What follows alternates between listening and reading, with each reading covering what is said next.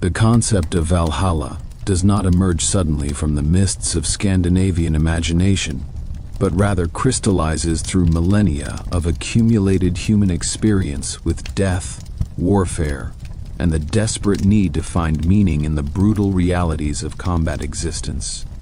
To understand Valhalla in its fullest dimension, we must journey backward through time, to an era when the first Proto-Germanic peoples began developing the psychological and spiritual frameworks that would eventually produce the most elaborate warrior afterlife mythology in human history.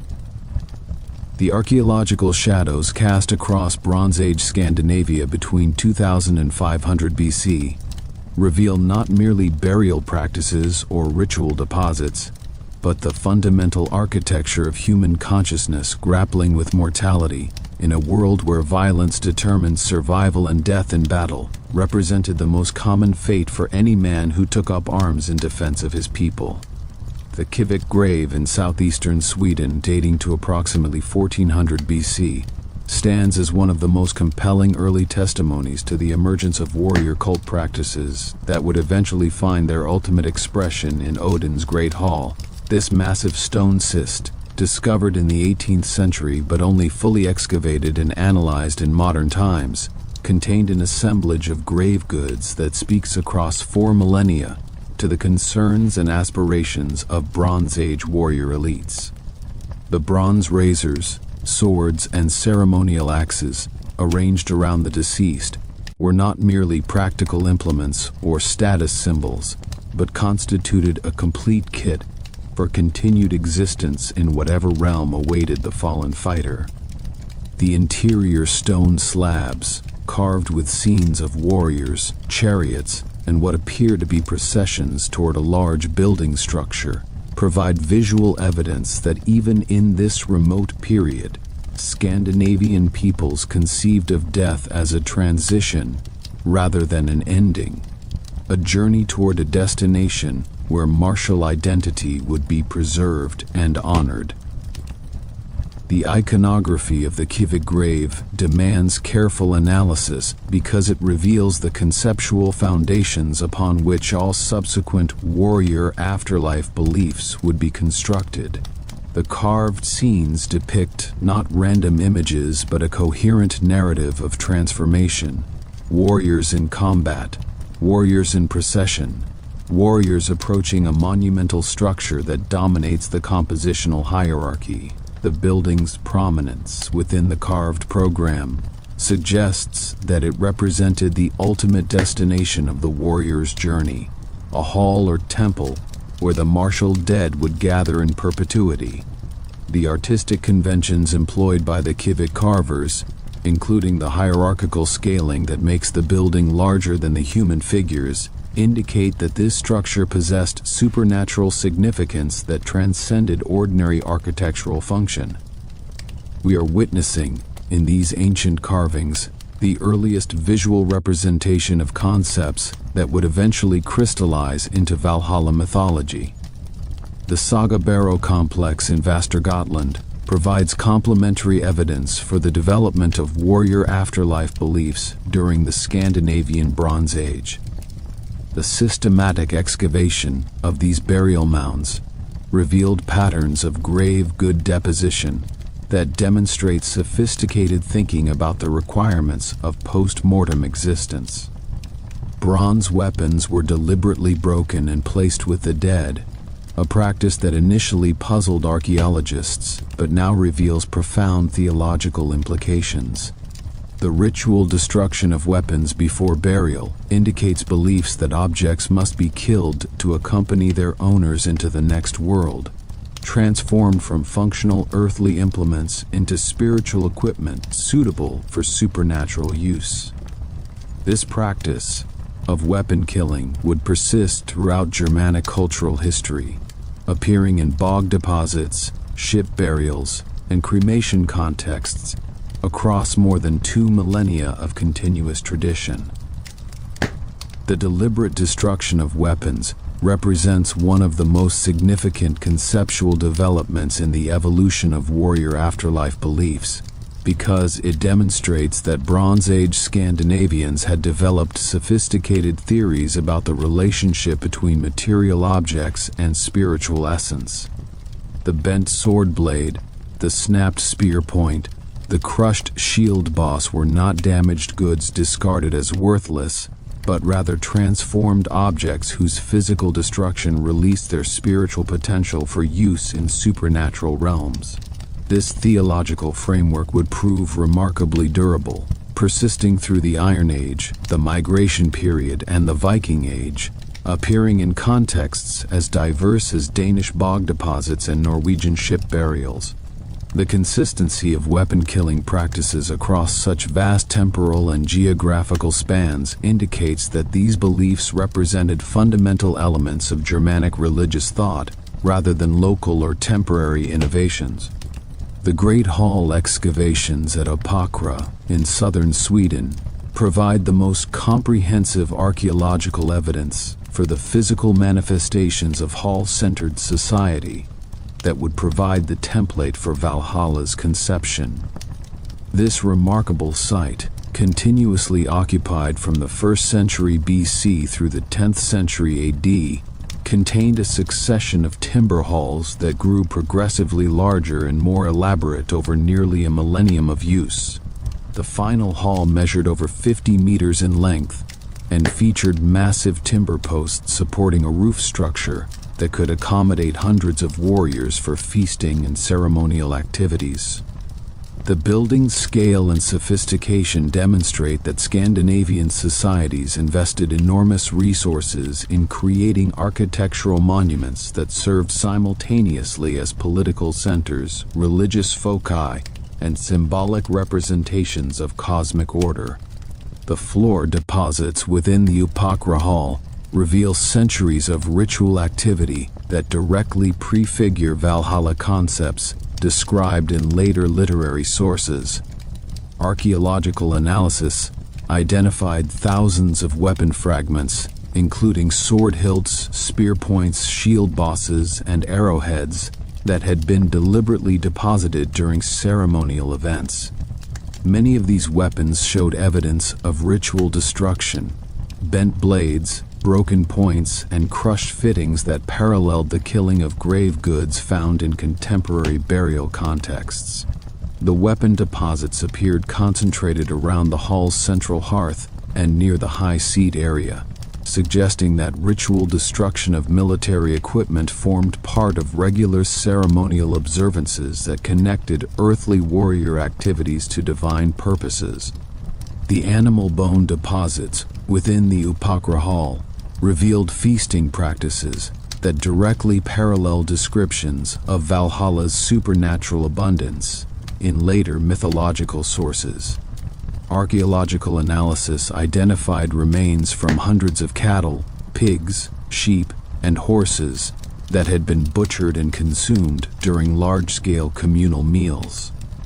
The bone assemblages showed evidence for systematic meat distribution that ensured all participants received appropriate portions regardless of the feast's size, creating earthly approximations of the unlimited sustenance that Sarhymnir would provide in Odin's hall. The recurring pattern of massive animal sacrifice and consumption demonstrated that hall-based feasting formed a central element of Germanic religious practice that connected earthly social activities to cosmic patterns of divine hospitality. The linguistic archaeology of the term Valhall reveals equally ancient roots extending deep into Proto-Germanic antiquity, demonstrating that the conceptual foundations of warrior paradise existed long before the emergence of written sources that first recorded its name. The compound derives from Proto-Germanic walas, meaning those slain in battle or battlefield dead, combined with hallo, denoting a covered building or hall. The first element connects to a broader Indo-European root well one, meaning to strike down or wound, which appears in Celtic wallo and Latin vulnus. This linguistic connection suggests that the concept of warrior dead as a distinct category requiring special treatment existed across multiple Indo-European cultures before Germanic speakers separated into distinct tribal groups during the Bronze Age migrations. The evolution of phrases across Germanic dialects provides crucial insights into how the concept of warrior dead developed different emphases in different cultural contexts while maintaining essential continuity. In Gothic, the term appears "aswalis," meaning staff or rod, but also metaphorically referring to warriors who served as supports for their communities. Old High German Walla originally denoted foreign warriors, particularly Celts, before expanding to mean any warrior dead, regardless of ethnic origin. The Old Norse development into valor represents the most specialized evolution of the term, indicating that Scandinavian cultures developed the most elaborate conceptual framework around warrior death and its cosmic significance.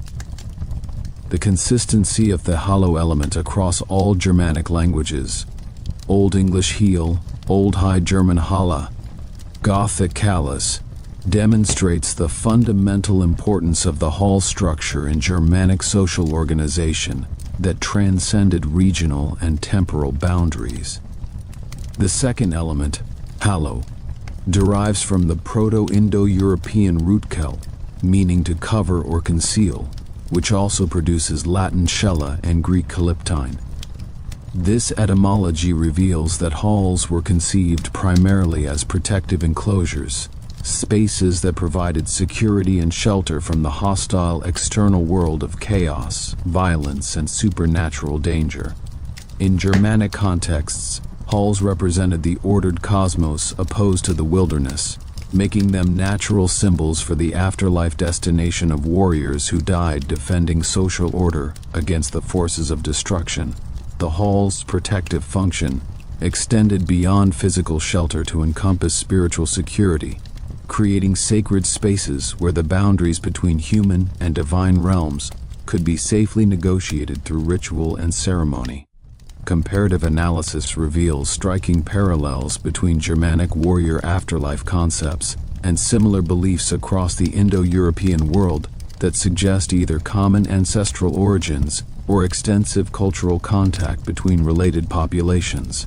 Celtic traditions describe otherworld halls of figures like Manannan Mac Lir and the Dagda, where heroes feast eternally after death in battle, enjoying unlimited supplies of meat and pork that regenerate each day for continued consumption. The Irish Cid mounds contained halls where the Tuatha De Danann maintained their warrior bands in perpetual readiness for supernatural combat. Welsh traditions preserve similar concepts in the halls of Anwfn, the otherworld realm where Gwyn ap Nudd leads the eternal hunt against demonic forces that threaten cosmic stability. These Celtic parallels suggest a shared Indo-European substrate of beliefs about warrior afterlife, centered on hall-based communities, that predates the separation of Celtic and Germanic peoples during the Bronze Age. The structural similarities extend beyond general concepts to specific details. The regenerating food sources, the daily combat followed by evening feasting, the selection of warriors based on martial prowess rather than social status. The consistency of these elements across Celtic and Germanic traditions indicates that warrior afterlife beliefs represented ancient Indo-European religious patterns that both cultural groups inherited from common ancestors and developed according to their specific historical circumstances and cultural preferences. Indo-Iranian traditions provide additional comparative evidence through concepts like the Zoroastrian House of Song, where righteous warriors enjoy eternal feasting and combat against the forces of darkness.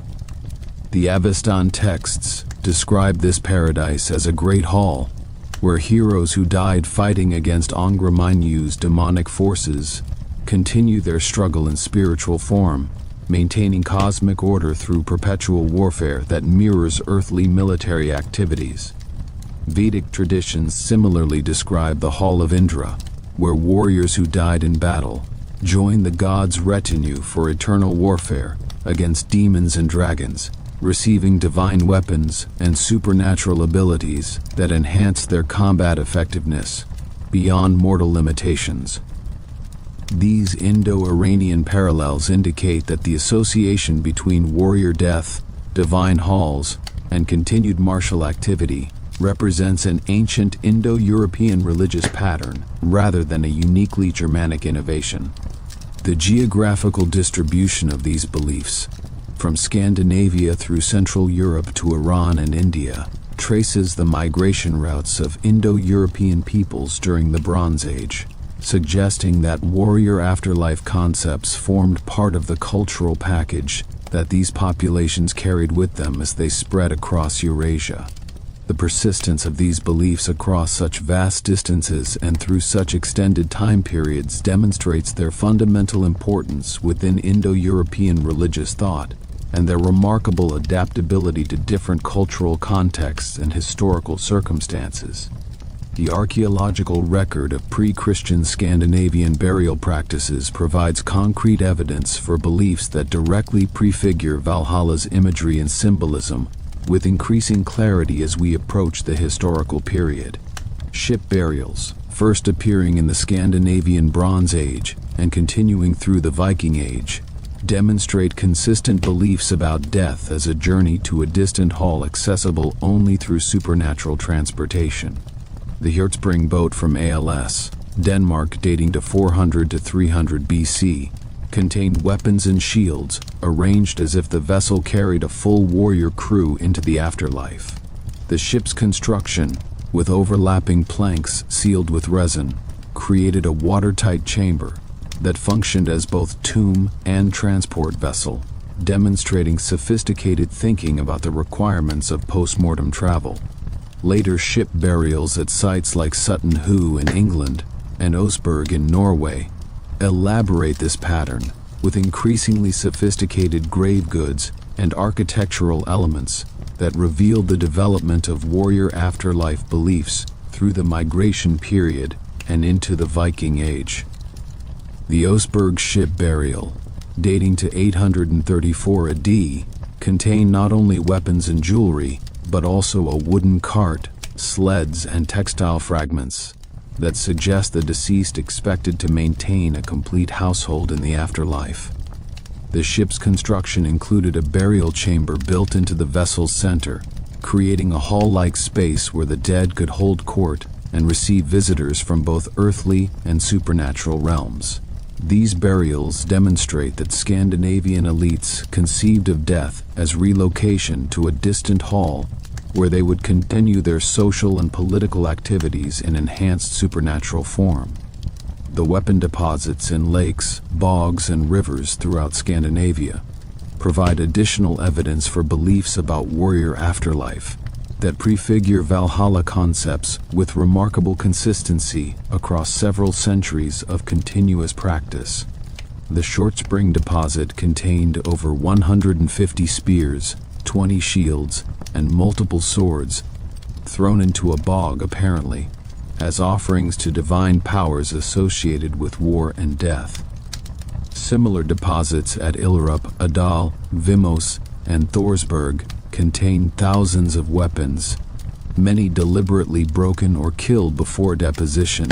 The scale and consistency of these deposits across several centuries indicates systematic religious practices focused on transferring weapons to divine warriors in the afterlife, creating supernatural arsenals that would equip the gods' armies for cosmic warfare. The ritual destruction of weapons before deposition parallels descriptions of Valhalla, where Einherjar received new weapons each day for their eternal battles, suggesting beliefs that divine warriors required specially prepared equipment different from earthly weapons. Archaeological analysis reveals that swords were bent into S-curves or figure-8 patterns, spear points were snapped from their shafts, and shield bosses were crushed flat before being thrown into the water. This Deliberate destruction transforms functional weapons into ritual objects suitable for otherworldly use, indicating sophisticated theological thinking about the relationship between material and spiritual realms. The geographical distribution of weapon deposits follows major river systems and ancient trade routes, indicating that these rituals occurred at significant landscape features that served as boundaries between human and divine worlds. Hall-burning rituals, documented in both archaeological and literary sources, provide the most direct prefiguration of Valhalla imagery by demonstrating beliefs about the transformation of earthly halls into supernatural counterparts through fire. Excavations at sites like Liège in Denmark reveal evidence for the deliberate burning of great halls, followed by their reconstruction on the same foundations, creating cycles of destruction and renewal that mirror cosmic patterns of creation and apocalypse. The burned layers contain high concentrations of weapons, jewelry, and feasting equipment, suggesting that hall destruction involved elaborate ritual deposits that transferred earthly wealth to divine realms. The pattern repeats across multiple building phases, indicating that hall burning and rebuilding formed part of regular ceremonial cycles, rather than responses to accidental fires or enemy attacks. The Gudmi complex on Funen provides exceptional evidence for hall-centered ritual practices that prefigure Valhalla concepts with unprecedented clarity and detail. The site contains remains of multiple great halls, built and rebuilt over several centuries, each associated with massive deposits of gold objects, weapons, and imported luxury goods that demonstrate the concentration of wealth and power at this remarkable location. The hall's construction incorporated specific architectural features, raised floors, carved posts, and central hearths that match descriptions of divine halls in later mythological sources. The concentration of wealth and ritual activity at Gudmi suggests that it functioned as a religious center where earthly halls served as models for divine counterparts, creating physical spaces where the boundaries between human and supernatural realms could be negotiated through ceremony and sacrifice.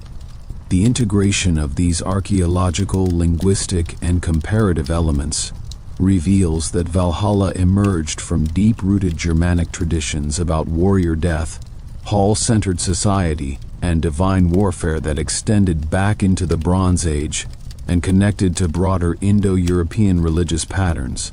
The concept did not appear suddenly in Viking Age literature, but developed gradually through centuries of cultural evolution, incorporating elements from across the Indo-European world, while maintaining distinctively Germanic characteristics that reflected the specific historical circumstances and cultural preferences of Scandinavian peoples. The physical evidence from burial sites, weapon deposits, and hall excavations demonstrates that beliefs about warrior afterlife in great halls formed central elements of Scandinavian religion long before the emergence of written sources that first recorded the name Valhalla, establishing the conceptual foundations upon which all subsequent mythological elaboration would be constructed. The seeress's vision includes Valhalla's fate during the cosmic conflagration. Surtur rides from the south with fire, destroying branches. The son of the gods of the slain shines from his sword. This passage implies that even Valhalla cannot survive Ragnarok's destruction, making the Einherjar's sacrifice meaningful precisely because it occurs within a finite cosmic cycle rather than eternal stasis. The hall's destruction alongside the rest of the universe demonstrates that divine institutions share mortality with earthly counterparts, creating theological consistency within the mythological system that acknowledges the limitations of all existing order. The Einherjar fight knowing that their hall will burn, their gods will die, and the world they defend will be consumed by fire, yet they fight anyway, demonstrating the ultimate expression of warrior virtue that values honor and duty above survival. Vafthrudnismal contributes additional details about Valhalla's cosmic significance through its wisdom contest between Odin and the giant Vafthrudnir, employing dialogue format that allows systematic exploration of mythological details that narrative poems handle more impressionistically. The giant asks about the Einherjar's activities. What do the Einherjar do when they are not fighting? Odin's response elaborates the daily cycle. Every day they choose the slain and ride from battle. Then they sit in peace and drink mead. This exchange establishes the rhythm of afterlife existence, while emphasizing the integration of combat and fellowship that characterizes Valhalla's unique social organization. The giant's question suggests that even divine enemies recognize the Einherjar's importance in cosmic affairs, while Odin's detailed response demonstrates his intimate knowledge of their activities and his personal investment in their welfare. The poem explores Odin's motivations for gathering warriors with passages that connect Valhalla's military preparations directly to divine foreknowledge of cosmic destruction. Much I traveled, much I tried out, much I tested the powers. What will happen to the gods when the mighty winter comes? This passage reveals that the hall's existence results from divine foresight rather than spontaneous creation, positioning Valhalla within a comprehensive defensive strategy developed by Odin through extensive reconnaissance and intelligence gathering. Odin's travels and tests represent systematic efforts to understand the threats facing cosmic order, making Einherjar recruitment part of a calculated response to inevitable catastrophe, rather than arbitrary divine preference for warrior company. Vafthrudnismal also addresses the selection criteria for Einherjar through indirect references to battlefield death that transform violent endings into divine election. Those who fall in Odin's embrace go to the Golden Hall. The euphemistic language transforms violent death into divine selection, suggesting that warriors killed in battle receive Odin's personal attention rather than suffering random misfortune. This theological interpretation elevates battlefield casualties from tragic losses to meaningful sacrifices that serve cosmic purposes, providing consolation for the bereaved while encouraging martial valor among the living. The concept of Odin's embrace personalizes the selection process, suggesting intimate divine involvement in each warrior's death rather than impersonal cosmic mechanisms. The Eddic poems employ sophisticated poetic devices to describe Valhalla and its inhabitants, creating specialized vocabulary that emphasizes the hall's unique characteristics within Norse cosmology. Kennings, metaphorical compound phrases that replace simple nouns, appear throughout these texts to describe warriors, weapons, and divine locations with accumulated layers of meaning. The Einherjar receive numerous kennings: Odin's guests, choosers of the slain, wolf feeders, and raven gladness. These phrases emphasize different aspects of warrior identity while connecting them to Odin's broader mythological associations with wisdom, death, and supernatural knowledge. Each kenning adds semantic depth that enriches understanding while creating poetic effects that facilitate memorization and oral transmission. Valhalla itself receives elaborate kenning treatment: Hall of the Slain, Odin's Hall, Shield Hall, and Spear Hall. These metaphorical descriptions emphasize the building's military character while avoiding repetitive use of the proper name that would diminish poetic effect.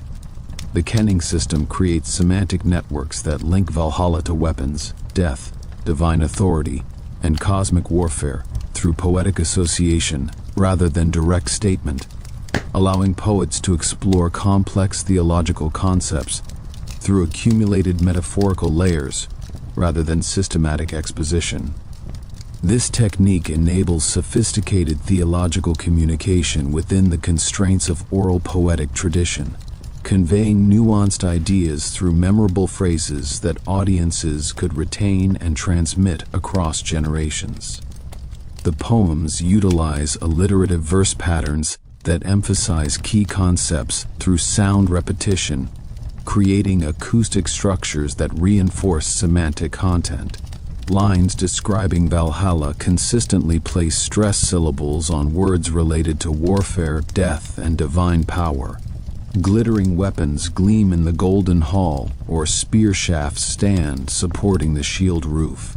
The alliterative structure reinforces meaning through acoustic emphasis, creating memorable phrases that facilitate oral transmission while highlighting important theological concepts. The sound patterns create aesthetic pleasure that encourages repeated recitation, ensuring that mythological knowledge persists through generations of oral transmission before eventual written preservation. Epic poetry also employs systematic imagery patterns that connect Valhalla to broader mythological themes through consistent visual and symbolic associations. Light imagery appears consistently in descriptions of the hall's appearance. Golden walls, gleaming weapons, and bright shields create visual associations with divine radiance and supernatural power that distinguish Valhalla from earthly halls. This luminous quality connects Valhalla to other divine locations described in similar terms throughout the mythological corpus, creating thematic unity that reinforces the hall's supernatural status. The emphasis on gold and brightness suggests that Valhalla exists in a realm of perpetual illumination, where the darkness associated with death and the underworld has no power. Animal imagery provides another systematic element in Valhalla descriptions, creating a bestiary of creatures associated with war and death that serve multiple functions within the mythological system. Ravens, wolves, eagles, and boars appear repeatedly in connection with the hall and its inhabitants, serving as Odin's servants and messengers, as symbols of battlefield scavenging, and as sources of supernatural sustenance for the Einherjar. The consistent animal imagery creates thematic unity across different poems, while reinforcing Valhalla's connection to the natural world's predatory relationships. These creatures represent the transformation of death into life, consuming the fallen to sustain the living in cycles that mirror the Einherjar's own daily death and resurrection. The Epic treatment of time in Valhalla descriptions reveals sophisticated theological thinking about eternity and cyclical renewal that addresses fundamental questions about the nature of immortal existence.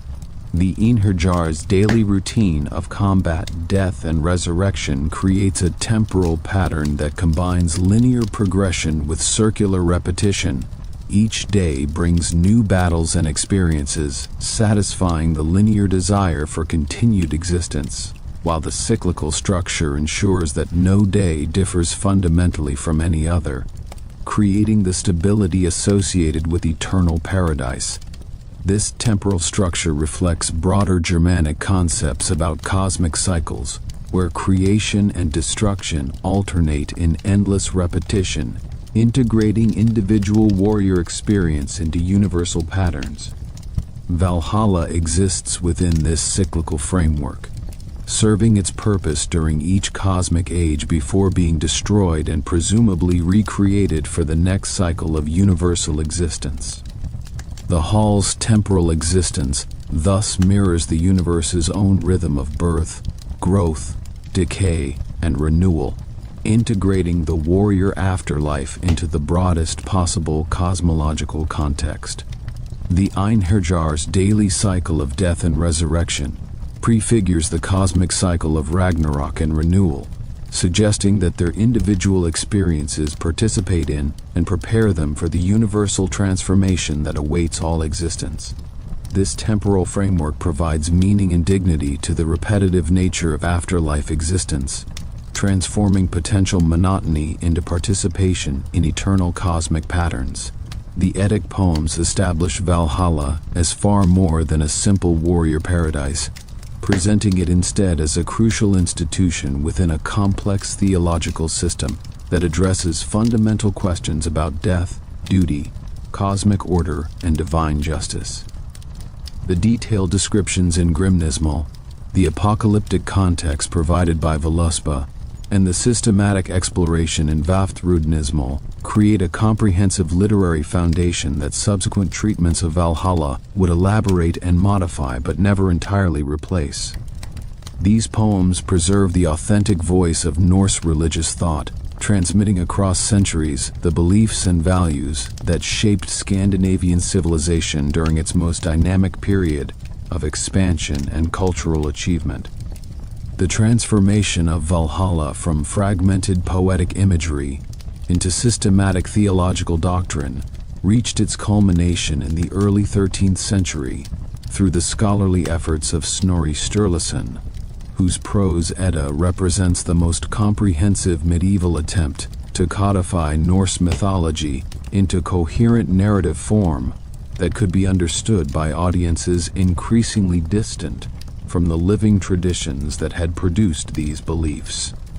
Writing from his estate at Reykholt around 1220, Snorri possessed unique qualifications for this monumental task: aristocratic birth that provided access to extensive manuscript collections and oral traditions preserved within elite families, legal training that emphasized systematic organization of complex information according to logical principles, and poetic expertise that enabled sophisticated interpretation of the elusive and metaphorical language employed in skaldic verse. Snorri's methodical approach to mythological material created the definitive medieval synthesis of Valhalla traditions, establishing interpretive frameworks that continue to influence modern understanding of Norse afterlife concepts, despite the centuries that separate us from his work. His achievement lies not merely in preserving information that might otherwise have been lost, but in organizing scattered references into coherent systems that reveal the underlying logic of Norse religious thought. Where Eddic poetry provided fragmentary images and elusive references, Snorri constructed comprehensive descriptions that readers could visualize completely, transforming poetic suggestion into architectural and institutional detail that satisfied the medieval appetite for systematic knowledge. Snorri's Gylfaginning opens with King Gylfi of Sweden disguised as Gangleri, seeking wisdom from three mysterious figures, High, just as High, and Third, who reveal the secrets of Norse cosmology through systematic questioning that allows comprehensive coverage of mythological topics. This dialogue structure enables Snorri to present mythological information as revealed knowledge rather than personal speculation, lending authority to his interpretations while maintaining distance from potentially heretical content that might attract ecclesiastical censure. The three respondents function as composite voices of traditional wisdom, enabling Snorri to synthesize contradictory sources without explicitly choosing between competing versions of mythological events, preserving valuable information about variation while maintaining narrative coherence.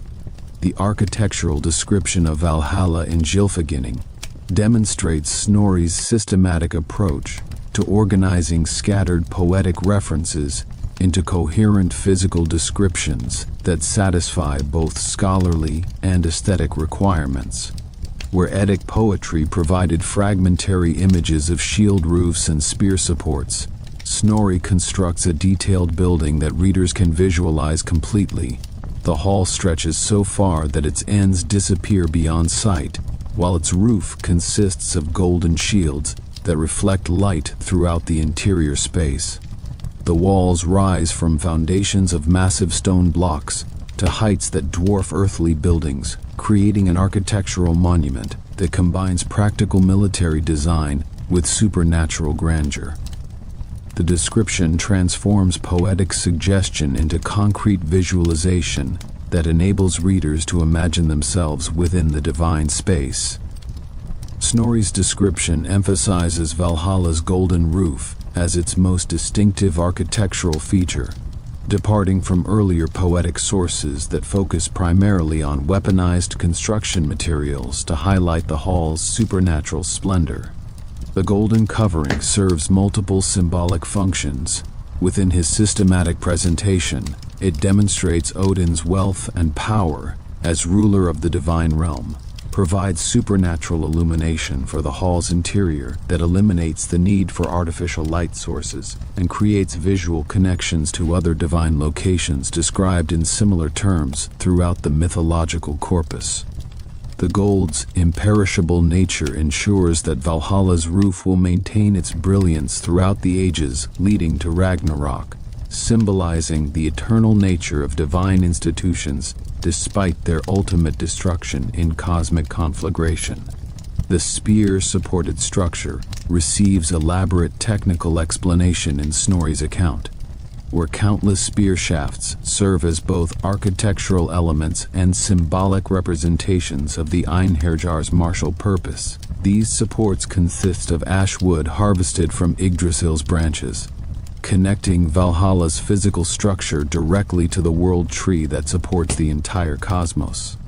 The spear's iron points face upward toward the golden roof, creating a forest of weapons that transforms the hall's interior into a symbolic battlefield where every architectural element reinforces military themes. The connection to Yggdrasil integrates Valhalla into the broader cosmological structure, demonstrating that the warrior afterlife participates in the same sacred geography that encompasses all 9 worlds of Norse mythology. Snorri systematizes the Einherjar selection process through detailed explanation of Valkyrie activities and divine decision-making procedures that earlier sources treated impressionistically, creating institutional frameworks that explain how individual warriors achieve admission to Odin's Hall. The Valkyries operate according to specific protocols established by Odin, who determines general selection criteria while delegating tactical implementation to his female servants. Warriors who die courageously in battle while fighting against superior odds receive priority consideration, particularly those who continue fighting despite mortal wounds or impossible tactical situations that would cause lesser fighters to surrender or flee. The selection process emphasizes martial virtue over social status, ensuring that Valhalla's population consists of proven fighters rather than merely aristocratic casualties whose deaths resulted from poor judgment or inadequate skill. The Valkyries themselves receive systematic classification in Snorri's presentation, where he distinguishes between different ranks and specializations within their divine service that reflect the organizational complexity of actual military institutions. Senior Valkyries like Skuld and Gondul possess authority to make independent selection decisions during major battles, exercising judgment that reflects their accumulated experience and proven reliability. Junior members operate under direct supervision from their superiors, learning the criteria and procedures that will eventually qualify them for independent authority. Some Valkyries specialize in specific warrior types: cavalry fighters, archers, or naval combatants, ensuring that Valhalla's population maintains balanced military capabilities suitable for diverse combat situations during Ragnarok. Snorri's account details the Valkyries' appearance and equipment with precision that reflects contemporary aristocratic military culture. While emphasizing their supernatural status, they wear mailcoats constructed from silver rings that provide complete protection without restricting movement, while their helmets feature golden decorations that identify their divine status to both living warriors and the battlefield dead. Their weapons include spears forged from meteoric iron and swords that never dull or break, emphasizing their supernatural nature while maintaining recognizable connections to earthly military equipment. The detailed description enables readers to visualize the Valkyries as they perform their duties, creating vivid images that reinforce the reality of divine intervention in human warfare. The transportation of selected warriors to Valhalla receives systematic explanation through Snorri's description of Valkyrie horses and their supernatural capabilities that enable efficient collection of battle casualties from across the mortal world. These mounts possess the ability to travel instantly between battlefields and the divine realm, carrying both Valkyries and newly selected Einherjar across cosmic distances without temporal delay. The horse's supernatural nature allows them to bear multiple passengers simultaneously while maintaining perfect speed and stability, ensuring efficient collection of battle casualties regardless of how many warriors fall in any given conflict. The transportation system demonstrates divine organizational efficiency that parallels the systematic military planning evident throughout Snorri's presentation. Snorri's Skaldskaparmal provides the most detailed account of daily life within Valhalla, systematizing scattered poetic references into comprehensive descriptions of the Einherjar's routine activities that reveal the institutional structure of warrior afterlife. The warriors wake each morning at dawn to the sound of Gjallarhorn echoing through the hall's vast interior, awakening them from sleep that restored their strength without diminishing their eagerness for combat. The horn's blast, blown by Heimdall from his position at Bifrost Rainbow Bridge, serves both practical and symbolic functions, coordinating activities across Valhalla's enormous space while reminding the Einherjar of their connection to the broader divine realm and their ultimate purpose in cosmic defense. The emergence of Valkyries as central figures in Valhalla's mythology represents one of the most complex evolutionary processes in Germanic religious development, transforming from primitive battlefield spirits into sophisticated divine agents responsible for warrior selection and cosmic order maintenance across centuries of cultural change. Archaeological evidence from the 6th through 10th centuries reveals this transformation through material culture that documents changing conceptions of female supernatural power, while literary sources document the theological refinement that elevated Valkyries from terrifying death demons to noble handmaidens of Odin.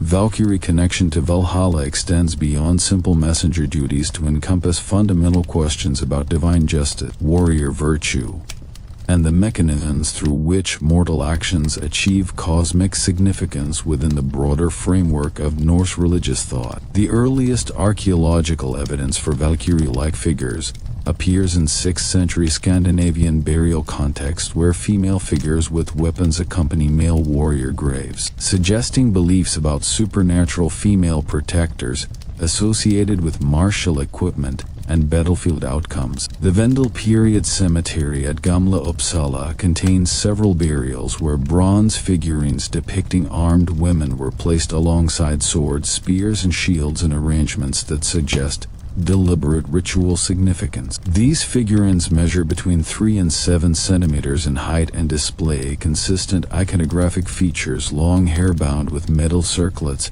knee-length tunics, and spears held in aggressive postures that emphasize their martial character. The figurines' placement within weapon deposits suggests they functioned as protective spirits associated with military equipment rather than representations of living warrior women.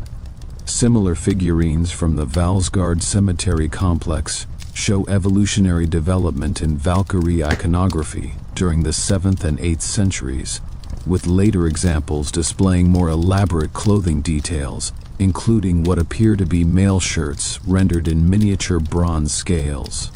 The spears become longer and more prominent, while some figures carry circular objects that likely represent shields, creating more complete martial assemblages that parallel the equipment of male warriors. The increasing sophistication of these representations parallels the development of more complex warrior burial practices, suggesting that Valkyrie concepts evolved alongside changing military technologies and social organization. The figurines document a transitional period when Valkyrie imagery was becoming more standardized and elaborate, moving toward the sophisticated literary presentations that would emerge in later centuries. The most significant archaeological evidence for Valkyrie worship appears in the form of gold bracteates, thin gold medallions worn as pendants, produced throughout Scandinavia during the 5th through 7th centuries. The Trollhättan bracteate from Västergötland depicts a female figure with elaborate braided hair holding a drinking horn above a prone male warrior, creating a scene that combines Valkyrie selection functions with their serving duties within divine halls. Runic inscriptions around the medallion's edge include the phrase Alu, a magical formula associated with protection and divine favor that appears on numerous bracteates and other ritual objects. The scene's composition suggests the female figure serves as an intermediary between divine and mortal realms, offering spiritual sustenance to fallen warriors as they transition from earthly existence to supernatural service. The Fun and Bracteate collection provides extensive evidence for systematic Valkyrie iconography across multiple production centers, demonstrating the widespread distribution of these beliefs throughout the Scandinavian cultural sphere. Over 40 examples from various Danish sites display consistent imagery, female figures with bird attributes, typically ravens or eagles, attending to warriors in various states of combat or death. The bird associations connect these figures to Odin's ravens, Hugin and Munin, suggesting that Valkyries functioned as extensions of divine surveillance and communication systems that monitored earthly warfare and reported outcomes to the gods. The standardization of this imagery across different regions indicates widespread cultural recognition of Valkyrie roles in warrior afterlife beliefs that transcended local variation. Bracteate runic inscriptions provide linguistic evidence for Valkyrie terminology during the migration period that predates the earliest literary sources by several centuries. The Stjalen bracteate contains the inscription Valhakornen, representing an early form of the word that would develop into Old Norse Valkyrja. The term's consistent appearance across different bracteate finds demonstrates the widespread distribution of Valkyrie concepts throughout the Germanic cultural sphere before the Viking Age consolidation of Norse mythology. The runic evidence supports the antiquity of Valkyrie beliefs, while documenting their integration into broader systems of divine nomenclature that connected female supernatural figures to battlefield death and warrior selection. The evolution from battlefield spirits to divine handmaidens reflects broader changes in Germanic religious concepts during the transition from migration period warrior bands to more sophisticated early medieval kingdoms that required more elaborate theological explanations for military service and death in battle. The earliest literary references in Anglo-Saxon poetry present Valkyries as terrifying supernatural predators who devour battlefield casualties. The Battle of Maldon describes choosers of the slain as wolf-like creatures that tear flesh from corpses, while the Exeter Book contains references to battle ravens with female characteristics who consume the eyes and hearts of dead warriors.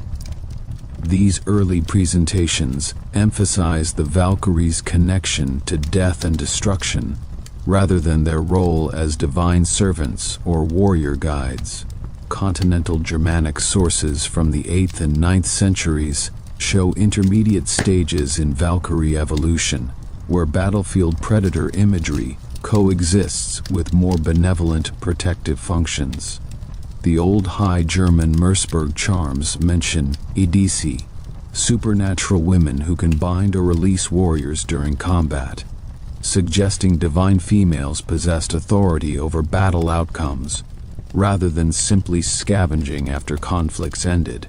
The Langobardic Origo Gentis Langobardorum describes Phrygia and her maidens influencing battle results through strategic interventions, indicating that Germanic peoples across different regions developed similar concepts about female divine involvement in warfare that emphasized active participation rather than passive observation. The transformation accelerated during the 9th and 10th centuries as Scandinavian political structures became more centralized and warfare more organized under royal authority. The development of professional warrior bands serving royal courts created demand for more sophisticated theological explanations of military service and death in battle that could justify the sacrifices required of elite fighters. Valkyries evolved to fill this explanatory gap by providing divine sanction for warrior culture, while offering consolation for battlefield losses through promises of continued service in Valhalla. The transformation from terrifying death spirits to noble divine servants reflects changing social needs rather than arbitrary mythological development. The individual Valkyrie figures documented in Skaldic and Eddic poetry reveal the complexity of their mythological development and their specific connections to Valhalla's warrior recruitment system. Brynhilde represents the most fully developed Valkyrie character in Norse literature, appearing in multiple poem cycles that trace her evolution from divine servant to tragic heroine whose fate illustrates the tensions between divine duty and personal desire. The Volsunga saga presents her as a Valkyrie punished by Odin for disobeying his battle selection commands, transformed from divine agent into mortal woman as punishment for excessive independence that challenged divine authority. Brynhilde's disobedience involved protecting a warrior whom Odin had marked for death, reflecting theological tensions between divine will and individual moral judgment that would concern medieval Christian audiences as well as pagan believers. Her punishment: imprisonment within a ring of fire until a worthy hero could claim her, transforms her from active agent of divine will into passive recipient of male heroic action, suggesting that Valkyrie mythology addressed contemporary concerns about female authority and autonomy within warrior culture. The narrative pattern provides cautionary examples about the consequences of challenging divine or masculine authority, while preserving admiration for Brynhilde's courage and martial prowess. The Brynhilde narrative cycle demonstrates Valkyrie connections to Valhalla through her intimate knowledge of Einherjar selection criteria and afterlife conditions that she shares with the hero Sigurdur. Her conversations reveal detailed information about Odin's preferences for warrior recruits, including his favoritism for fighters who continue battling despite hopeless odds and mortal wounds. She describes Valhalla's daily routine with authority that suggests personal experience, indicating that Valkyries possessed insider knowledge of divine institutions that enabled them to function as reliable guides for prospective Einherjar. Her teaching of battle runes to Sigurdur demonstrates that Valkyries served educational functions beyond simple warrior selection, transmitting specialized military knowledge that enhanced mortal combat effectiveness. Sigrun appears in the Helgi poems as a Valkyrie, whose love for the hero Helgi creates conflicts between personal desire and divine duty that explore the emotional dimensions of supernatural service. Her relationship with Helgi begins when she selects him for death in battle, but her attraction to his martial prowess leads her to protect rather than collect him, postponing his destined death through magical intervention. This narrative explores the tension between Valkyrie professional obligations and individual emotional responses, suggesting that even divine beings experienced conflicts between duty and personal preference that required difficult choices. The Sigrun-Helgi relationship demonstrates Valkyrie authority over life and death through her ability to postpone Helgi's destined death through magical protection that overrides normal cosmic mechanisms. Her interventions enable him to survive multiple battles where he should have died, indicating that Valkyries possessed considerable discretionary authority in implementing Odin's selection decisions.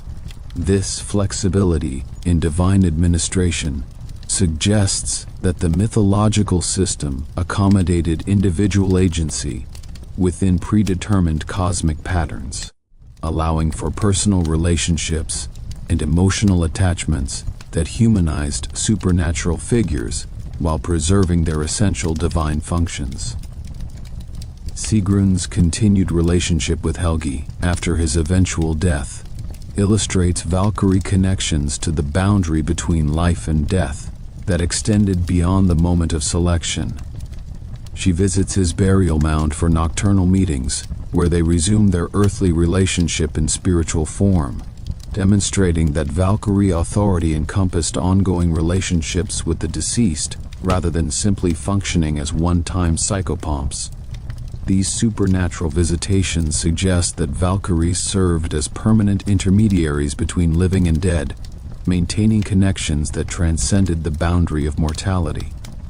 The poem cycle presents Sigrun's eventual fate as transformation into a new Valkyrie identity, Kara, who serves Helgi's reincarnated form in subsequent adventures. This recycling of Valkyrie personas through multiple heroic generations indicates that individual Valkyrie identities possessed flexibility that enabled them to adapt to changing mythological requirements while maintaining essential characteristics. The reincarnation pattern also suggests that Valkyrie hero relationships possessed cosmic significance that transcended individual lifetimes, creating bonds that persisted through cycles of death and rebirth. Svava represents the most ancient Valkyrie figure in Norse literature, appearing in poems that preserve archaic features absent from later Valkyrie developments. Her name derives from the Old Norse verb sofa, meaning to sleep or to die, connecting her directly to death-bringing functions that characterized early Valkyrie concepts before their transformation into noble divine servants. The first lay of Helgi Hundingsbane presents her as a more primitive figure than either Brynhildr or Sigrun, emphasizing her supernatural nature through bird transformation abilities and prophetic powers that connect her to shamanic traditions predating the systematized mythology of the Viking Age. Svava's relationship with the hero Helgi Hjörvardsson demonstrates early Valkyrie selection procedures where personal attraction influenced divine decision-making more directly than in later systematized versions. Her choice to protect rather than collect Helgi reflects individual agency within divine service, but the poem presents this decision as natural rather than transgressive, suggesting that earlier Valkyrie concepts allowed greater personal discretion than later versions that emphasized institutional protocols and hierarchical authority. This flexibility indicates that primitive Valkyrie mythology emphasized individual relationships over institutional obligations. The poem describes Svava's transformation between human and bird forms during battle, where she appears as a swan or raven to observe combat, while maintaining her beautiful woman appearance for interactions with chosen heroes.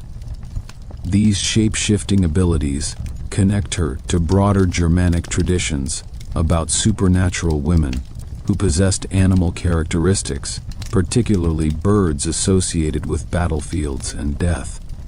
The transformation imagery suggests that Valkyries existed at the boundary between human and animal realms, possessing characteristics of both without being limited to either, enabling them to move freely between different modes of existence.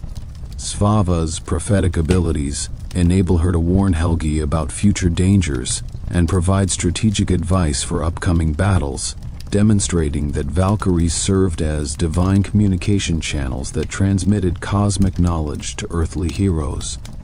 Her foreknowledge derives from divine sources that remain mysterious within the poem, but her accurate predictions demonstrate supernatural access to information unavailable to mortal intelligence. This prophetic function suggests that Valkyries served essential roles within the information systems that connected divine and mortal realms, making them indispensable components of the theological framework that explained how gods influenced human affairs. The selection of warriors for Valhalla operated according to complex criteria that distinguished between different categories of battle dead and their appropriate afterlife destinations, revealing sophisticated theological thinking about divine justice, warrior virtue, and the cosmic purposes served by post-mortem military service. While popular understanding often assumes that all warriors killed in combat automatically gained admission to Odin's Hall, the mythological sources reveal a nuanced sorting system that evaluated multiple factors beyond mere battlefield death. The primary division separated those destined for Valhalla, under Odin's direct authority, from warriors assigned to Folkvanger, the hall ruled by the goddess Freyja, creating parallel institutions that serve different divine purposes within the cosmic order, while ensuring adequate military resources for both major divine factions. The distinction between Valhalla and Folkvanger reflects fundamental theological concepts about divine authority and military organization in Norse cosmology that prevented any single deity from monopolizing warrior recruitment. Freyja, as leader of the Vanir deities integrated into the Aesir pantheon after the primordial war between divine factions, maintained independent recruiting rights that enabled her to claim half of all battle dead before Odin's Valkyries could evaluate them for Valhalla admission. Grimnismal explicitly states that Freyja chooses half the slain each day, indicating that the selection process involved active competition between divine recruiters rather than simple administrative division of casualties, according to predetermined formulas. The criteria governing assignment to Folkvanger versus Valhalla emphasized different aspects of warrior virtue and divine preference that reflected the distinct mythological characters of Freyja and Odin. Freyja's selections prioritized warriors who died defending their families, communities, or religious sites, reflecting her associations with fertility, protection, and domestic prosperity that distinguished her from Odin's more aggressive martial character. These fighters typically included farmers defending their lands against raiders, local militia protecting villages from external threats, and warriors who died in defensive rather than aggressive military actions. The emphasis on protective rather than predatory warfare aligned with Freyja's broader mythological functions as guardian of life-giving forces and social stability. Odin's selections for Valhalla focused on warriors whose deaths demonstrated exceptional martial prowess, strategic thinking, or willingness to sacrifice personal safety for military objectives that transcended individual survival. The Einherjar typically included professional warriors who had dedicated their lives to martial excellence, elite bodyguards whose loyalty extended to death alongside their lords, successful raiders whose aggressive campaigns demonstrated tactical innovation and personal courage, and military leaders whose strategic decisions influenced the outcomes of major conflicts. The selection criteria emphasized individual achievement and combat effectiveness rather than moral virtue or social responsibility, reflecting Odin's role as patron of warbands and military excellence rather than community protection. The competitive nature of divine recruitment created complex situations where multiple deities might claim the same fallen warrior based on different aspects of their death circumstances. A warrior who died defending his village while displaying exceptional individual combat skills might qualify for either Folkvanger or Valhalla, depending on which divine recruiter arrived first, or which criterion received priority in the specific case. The mythological sources suggest that such disputes were resolved through negotiation between divine authorities, rather than rigid application of predetermined rules, creating flexibility within the system that accommodated the complexity of actual battlefield situations.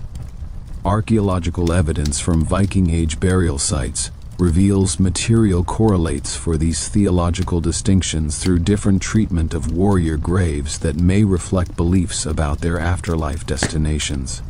Burials containing complete weapon sets, horses, and ships typically correspond to warriors deemed worthy of Valhalla, their elaborate grave goods providing equipment for continued martial service in Odin's hall. Graves emphasizing domestic tools, agricultural implements, and family-oriented grave goods might represent those destined for folkvanger, their assemblages reflecting the protective and nurturing aspects of Freyja's realm. The Birka Cemetery complex contains examples of both burial types within the same chronological period, suggesting that contemporary communities recognized multiple categories of warrior afterlife. The daily routine within Valhalla followed a precisely structured schedule that combined intense military training with elaborate social festivities, creating an existence that fulfilled warrior ideals while preparing the Einherjar for their ultimate purpose in cosmic warfare against the forces of destruction. Each day began before dawn with the sound of Jallarhorn echoing through the hall's vast interior, awakening the warriors from sleep that restored their strength without diminishing their eagerness for combat. The horn's blast, blown by Heimdall from his position at Bifrost Rainbow Bridge, served both practical and symbolic functions, coordinating activities across Valhalla's enormous space, while reminding the Einherjar of their connection to the broader divine realm and their ultimate purpose in defending cosmic order. The morning armament ritual demonstrated Valhalla's supernatural nature through the automatic appearance of weapons and armor beside each warrior's sleeping place, eliminating the logistical concerns that constrain earthly military forces. These arms surpassed earthly equipment in every respect. Swords that maintained perfect sharpness regardless of use, spears that flew unerringly to their targets, axes that could cleave through any material, and shields that provided complete protection without restricting movement. The supernatural quality of this equipment ensured that training exercises achieved maximum educational value while eliminating practical concerns about weapon maintenance, replacement, or availability that would otherwise limit training intensity. The Einherjar's armor consisted of mail shirts woven from rings of imperishable metal that provided complete protection while weighing no more than ordinary clothing, enabling unrestricted movement during the most demanding combat exercises. Helmets crafted from precious metals bore decorative elements that identified each warrior's earthly origins, military specializations, and notable battlefield achievements, creating visual systems that facilitated organization and recognition within Valhalla's massive population. The armor's supernatural properties included automatic sizing adjustments that ensured perfect fit, regardless of the wearer's physical dimensions, accommodating warriors from different historical periods and cultural backgrounds within standardized equipment systems. The daily combat exercises followed structured patterns designed to maintain and enhance the Einherjar's military skills through progressively challenging scenarios that replicated every conceivable battlefield situation they might encounter during Ragnarok. Morning sessions focused on individual weapons training, where warriors perfected their skills with swords, spears, axes, and bows under the supervision of veteran Einherjar, who had accumulated centuries of training experience.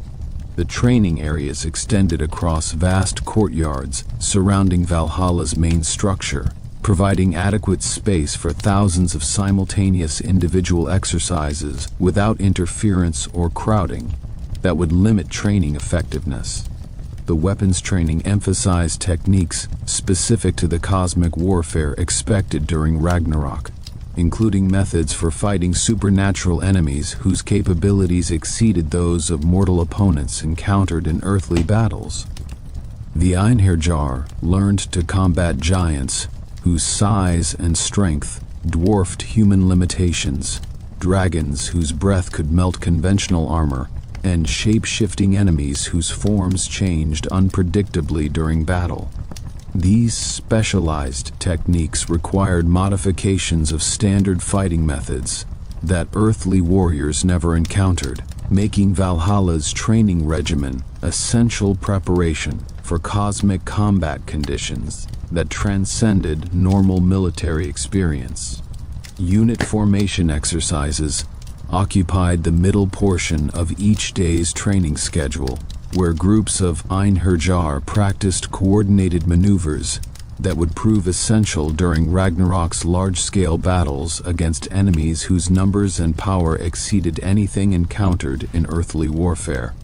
These exercises included cavalry charges, using supernatural horses that could travel instantly across any terrain, infantry formations designed to maintain cohesion against overwhelming numerical odds, and combined arms tactics that integrated different weapon types into unified combat systems. The formations accommodated warriors from different historical periods, whose earthly military experience involved varying tactical doctrines and technological capabilities, creating synthesis that combined the best elements of multiple martial traditions. The most distinctive aspect of Valhalla's training involved combat sessions where Einherjar fought each other with full intensity until death, then immediately resurrected to continue their activities without permanent injury or psychological trauma. This practice enabled warriors to experience the complete spectrum of combat situations, including their own deaths, without the permanent consequences that limited earthly training effectiveness. The daily death and resurrection cycle served multiple purposes, maintaining combat edge through constant exposure to mortal danger, eliminating fear of death that could compromise battlefield performance, and demonstrating divine power over mortality that reinforced the Einherjar's confidence in their supernatural status. The resurrection process occurred instantaneously upon death, with fallen warriors immediately returning to full health and vigor without memory of pain or suffering from their fatal wounds. This supernatural healing eliminated the psychological trauma typically associated with violent death, while preserving the educational value of experiencing combat's ultimate consequences. The Einherjar retained complete tactical memory of their deaths, enabling them to analyze their mistakes and improve their performance in subsequent training sessions. The combination of full-intensity combat with consequence-free resurrection created ideal training conditions that no earthly military force could replicate.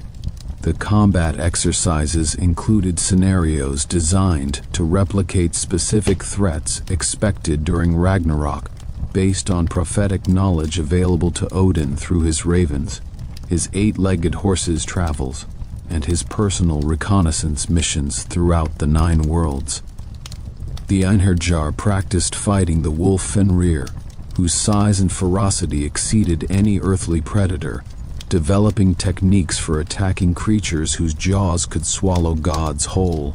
They trained against simulated versions of the Midgard serpent Jormungandr, whose poison breath could kill even divine beings, learning to approach from angles that minimized exposure to toxic exhalations. They prepared for combat against the fire giant Surtur, whose flaming sword could destroy entire worlds, developing heat-resistant tactics that enabled close combat despite supernatural temperatures. The evening transition from combat training to festive celebration demonstrated Valhalla's dual nature as both military installation and social paradise, where the same warriors who spent their days in deadly combat gathered each evening for elaborate feasts that reinforced their bonds of fellowship and shared purpose. The transformation from battlefield to banquet hall occurred automatically at sunset when the training areas cleared, and the Einherjar assembled within Valhalla's main structure for meals that combined supernatural abundance with ceremonial dignity appropriate to their divine status.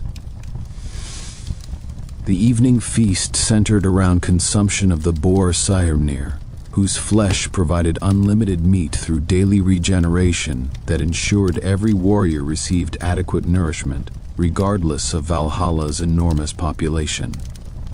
The boar's supernatural nature enabled it to feed millions of Einherjar each evening while returning to life each morning for the next day's slaughter, creating a renewable food source that eliminated scarcity from Valhalla's economy. The meat possessed supernatural properties that satisfied hunger completely, while providing strength and vigor that enhanced the warrior's combat capabilities for the following day's training. The preparation and serving of Saehrimnir followed elaborate ceremonial procedures that honored the boar's sacrifice, while demonstrating proper respect for the divine gift of unlimited sustenance. The cook Andrimnir possessed supernatural culinary skills that ensured perfect preparation regardless of the quantity required, while the serving process involved hundreds of Valkyries who distributed portions according to strict protocols that reflected military hierarchy and social status within the Einherjar community. The ceremonial aspects transformed simple feeding into religious observance that reinforced theological concepts about divine providence and warrior worthiness. The mead service provided by the goat Hydrun complemented the meat course through unlimited supplies of fermented honey beverage that possessed supernatural properties enhancing fellowship and martial spirit. The goat's udders produced streams of mead rather than milk, creating an endless supply of alcoholic refreshment that eliminated concerns about quantity or quality control. The mead's supernatural nature enabled warriors to consume large quantities without experiencing negative effects such as impaired judgment, physical weakness, or behavioral problems that affected mortal drinkers, allowing uninhibited celebration without compromising combat readiness.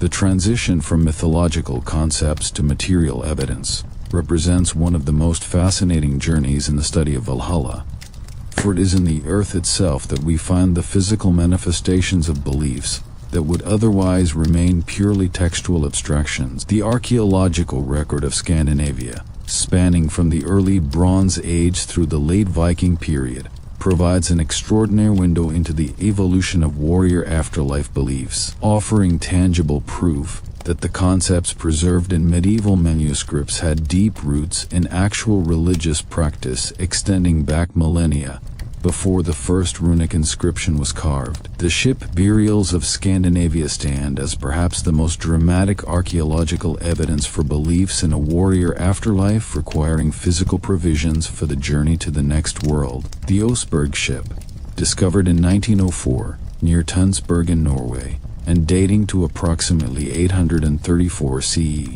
contained not merely a vessel, but an entire cosmos of grave goods, designed to accompany the deceased into eternity. The ship itself, measuring over 21 meters in length, was constructed with extraordinary craftsmanship, its prow carved with intricate animal ornamentation that speaks to the importance placed upon this final vessel. Within the burial chamber, archaeologists discovered the remains of 2 women, along with an astonishing array of objects including wooden carts, sledges, beds, textiles, kitchen utensils, and agricultural tools. The presence of sacrificed horses and dogs further emphasizes the belief that the deceased would require companions and transportation in the afterlife realm. The Gokstad ship burial, dating to approximately 900 CE and discovered in 1880, presents an even more explicitly martial character that aligns closely with Valhalla concepts. The male occupant, a man of considerable stature who showed evidence of violent death, was buried with a full complement of weapons, including swords, spears, and shields. The ship itself was larger than the Oseberg vessel, measuring nearly 24 meters, and was clearly a functional warship capable of both sailing and rowing. The inclusion of 64 shields along the gunwales, arranged in alternating colors of black and yellow, transforms the burial vessel into a visual representation of a warship prepared for battle. 12 horses and 6 dogs accompanied the deceased, along with a peacock, an exotic bird that speaks to far-reaching trade connections and the desire to provide the dead with rare and valuable items for their journey. The Sutton Hoo burial in England, though technically Anglo-Saxon rather than Scandinavian, demonstrates the widespread nature of ship burial practices among Germanic peoples and provides crucial comparative evidence for understanding the development of warrior afterlife beliefs. Discovered in 1939, this early 7th century burial contained one of the richest collections of grave goods ever found in Europe, including a magnificent helmet with face mask, a pattern-welded sword of exceptional quality, a shield with elaborate bronze fittings, and numerous gold and garnet objects of Byzantine and Frankish origin. The absence of a body in the burial chamber has led to extensive scholarly debate, with some suggesting the burial was a cenotaph for a king lost at sea, while others propose that acidic soil conditions completely dissolved the remains. Regardless of this mystery, the Sutton Hoo burial demonstrates that the concept of equipping the dead warrior for an afterlife journey was deeply embedded in Germanic culture long before the Viking Age proper. The boat graves of Vendel and Valsgard in Sweden provide a crucial link between the migration period and the Viking Age, offering evidence for the continuity of warrior burial practices across several centuries. The Vendel Cemetery, excavated between 1881 and 1883, contained 14 boat graves dating from the 6th to the 8th centuries, each equipped with weapons, helmets, and other martial equipment. The helmets from Vendel, with their distinctive eyebrow ridges and nose guards, bear striking similarities to the Sutton Hoo helmet, and demonstrate the existence of a shared aristocratic warrior culture across the Germanic world. The Valsgard Cemetery, located nearby and excavated throughout the 20th century, contained 15 boat graves spanning from the 6th to the 11th centuries, providing an unparalleled sequence of burial practices that allows archaeologists to trace the evolution of warrior afterlife beliefs across 500 years. The weapon deposits found throughout Scandinavia offer another category of archaeological evidence that illuminates beliefs about warriors and the divine. The practice of depositing weapons in bogs, lakes, and other watery locations has roots extending back to the Bronze Age, but reached its peak during the Iron Age and Migration period. Sites such as Illerup Adel in Denmark, where thousands of weapons and military equipment were deposited around 200 CE, demonstrate the scale of these ritual practices. The Illerup deposits include swords, spears, shields, arrows, and personal equipment sufficient to arm an entire army, all deliberately destroyed or bent before deposition. Scholars interpret these deposits as offerings to the gods following military victories, with the defeated enemy's equipment being sacrificed to divine powers as thanksgiving for success in battle. The connection to Odin, who as god of war and death would be the natural recipient of such offerings, seems evident, though the pre-Viking date of many deposits means we cannot assume direct continuity with later Valhalla beliefs. The Jortspring boat, discovered in a bog on the island of Eolas in Denmark and dating to approximately 350 BCE, represents one of the earliest examples of a large-scale weapon deposit associated with a vessel. This pre-Roman Iron Age find included a wooden boat capable of carrying 20 warriors, along with swords, spears, shields, and chainmail sufficient to equip a substantial military force. The deliberate destruction and deposition of this military equipment in a watery location establishes that the association between warriors, ships, and ritual sacrifice to divine powers existed in Scandinavia more than a millennium before the Viking Age. The Hjortspring find thus provides crucial evidence for the deep antiquity of the conceptual complex that would eventually crystallize into the Valhalla mythology. The Anøydambo deposits, also from Denmark, and dating to the 3rd through 5th centuries CE, continue this tradition on an even larger scale. Multiple ships were deposited in the Eidam bog, along with hundreds of swords, thousands of spears and arrows, and numerous other military items. The Nydam oak boat, measuring nearly 24 meters in length, is one of the best preserved ancient vessels from Northern Europe, and demonstrates the sophisticated shipbuilding technology that would later produce the famous Viking longships. The scale of the Nydam deposits suggests that they represent the spoils of major military conflicts, with entire defeated armies' equipment being offered to the gods. The watery location of these deposits connects them to beliefs about water as a liminal space between worlds, a concept that would persist into the Viking Age and inform ideas about the journey to the afterlife. Runestone evidence provides a unique category of archaeological data that bridges the gap between material culture and textual sources. The thousands of runestones erected throughout Scandinavia during the Viking Age and early medieval period often contain references to death, the afterlife, and the fate of warriors. The Roke stone in Sweden, dating to approximately 800 CE and containing the longest known runic inscription, includes references to Theodoric the Great and other legendary figures in a context that suggests beliefs about the continued existence of famous warriors after death.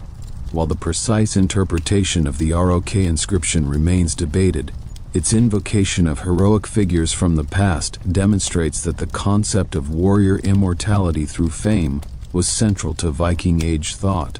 The Karlevy stone on the island of Åland in Sweden provides one of the few runestone inscriptions that explicitly references Valhalla-related concepts. Dating to approximately 1000 CE, this stone commemorates a Danish chieftain named Sibbe and describes him using skaldic verse that compares him to the god Thor.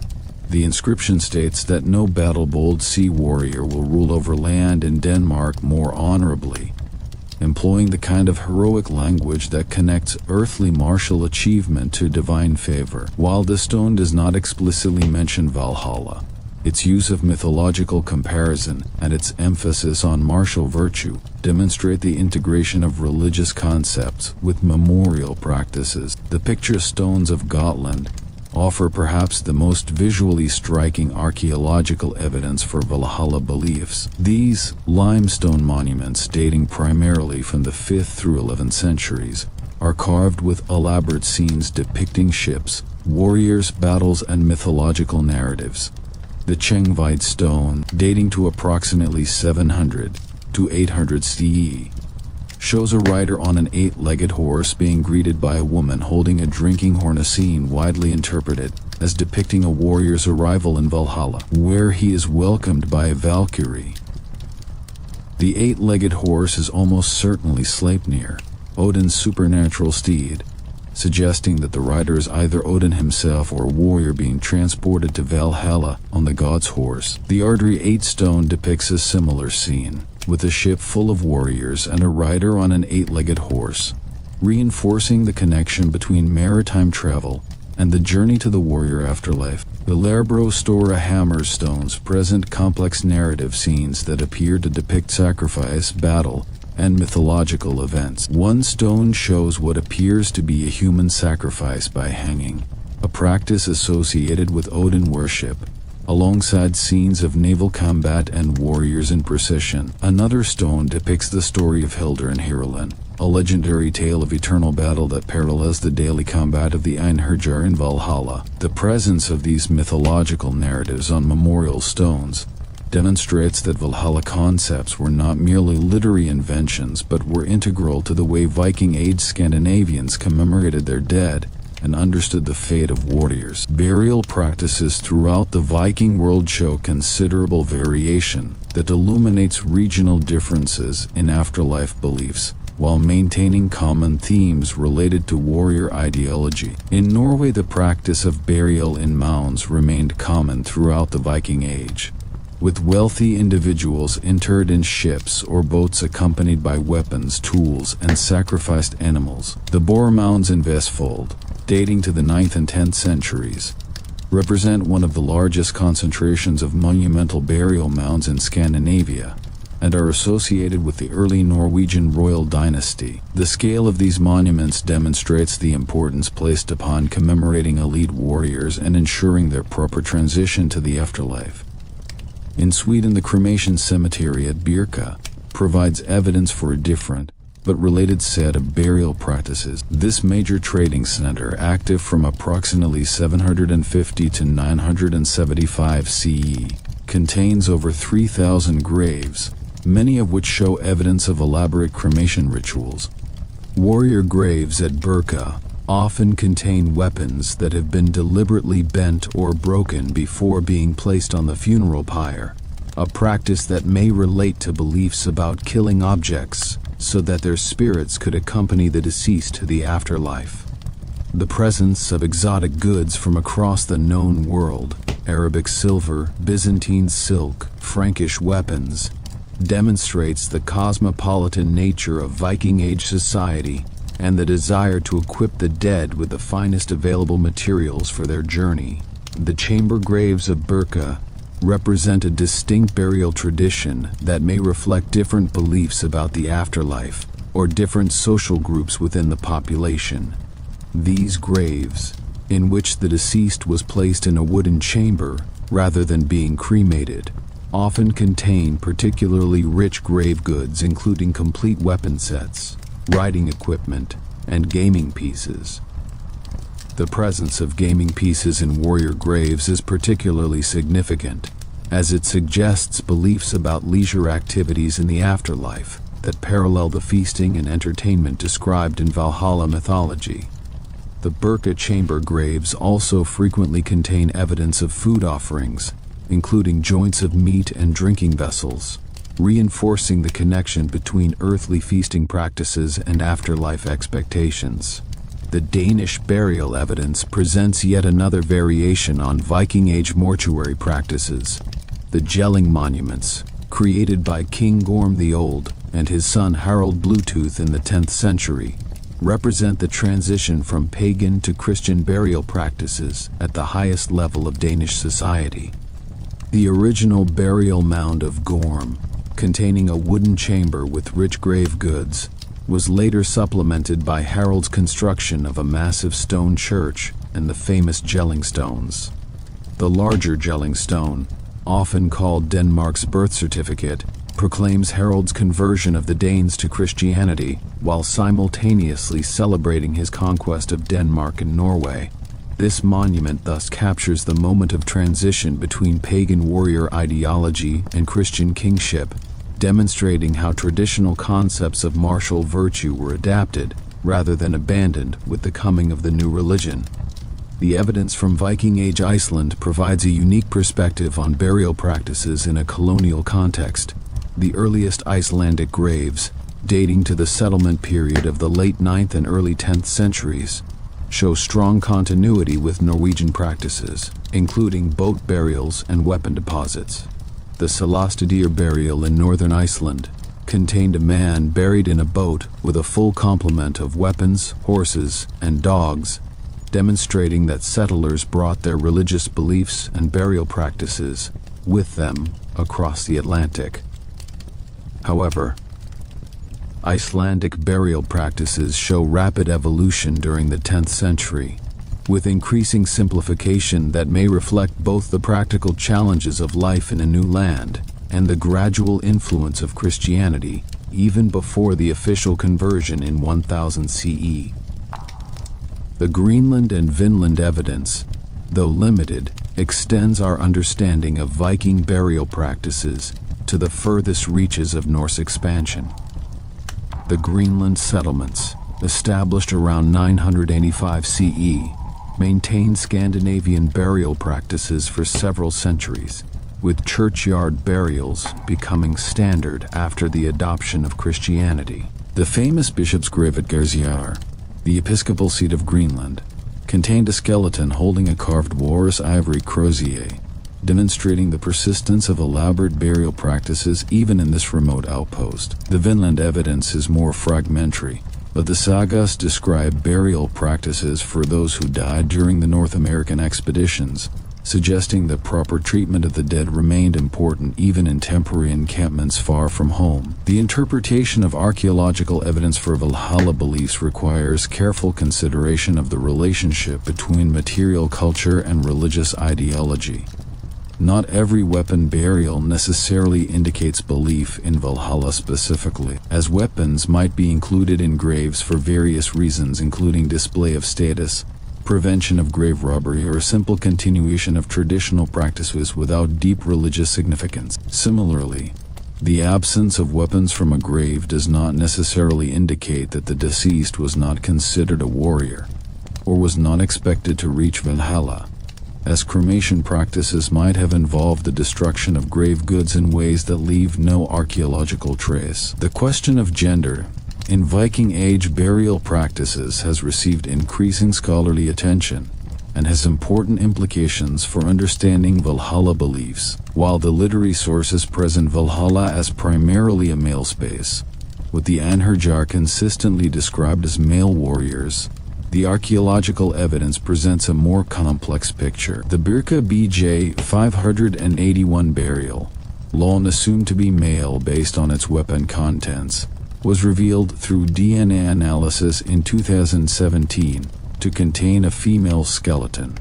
This discovery sparked intense debate about the role of women in Viking Age warfare and the relationship between burial practices and actual social roles. Some scholars argue that the presence of weapons in a female grave indicates that women could indeed be warriors, while others suggest that weapons might have symbolic meanings unrelated to the deceased's actual activities. The Oseberg burial, with its 2 female occupants and extraordinarily rich grave goods, demonstrates that women could receive burials of the highest status without weapon deposits. The nature of the Oseberg grave goods, textiles, vehicles, kitchen equipment, agricultural tools, suggests a different conception of the female afterlife than the martial paradise of Valhalla. This evidence aligns with the literary source's description of Freya's Hall Folkvanger as an alternative destination for the dead, though the precise relationship between Folkvanger and female burials remains unclear. The presence of the Oseberg ship itself, however, demonstrates that the association between ships and the afterlife journey was not exclusively male, complicating simple equations between ship burials and Valhalla beliefs. The evidence for human sacrifice in Viking Age Scandinavia provides some of the most dramatic and disturbing archaeological data relevant to understanding warrior religion. The account of Ibn Fadlan, an Arab diplomat who witnessed a Rus Viking ship burial on the Volga River in 921 CE, describes the sacrifice of a slave woman who was killed to accompany her master to the afterlife. Archaeological evidence from Scandinavia confirms that such practices occurred, with multiple burials containing individuals who appear to have been sacrificed. The Stengade burial on the Danish island of Langsland contained a man buried with weapons alongside a decapitated woman, suggesting that she was killed to accompany him. Similar evidence comes from numerous other sites, indicating that human sacrifice, while not universal, was a recognized component of elite burial practices.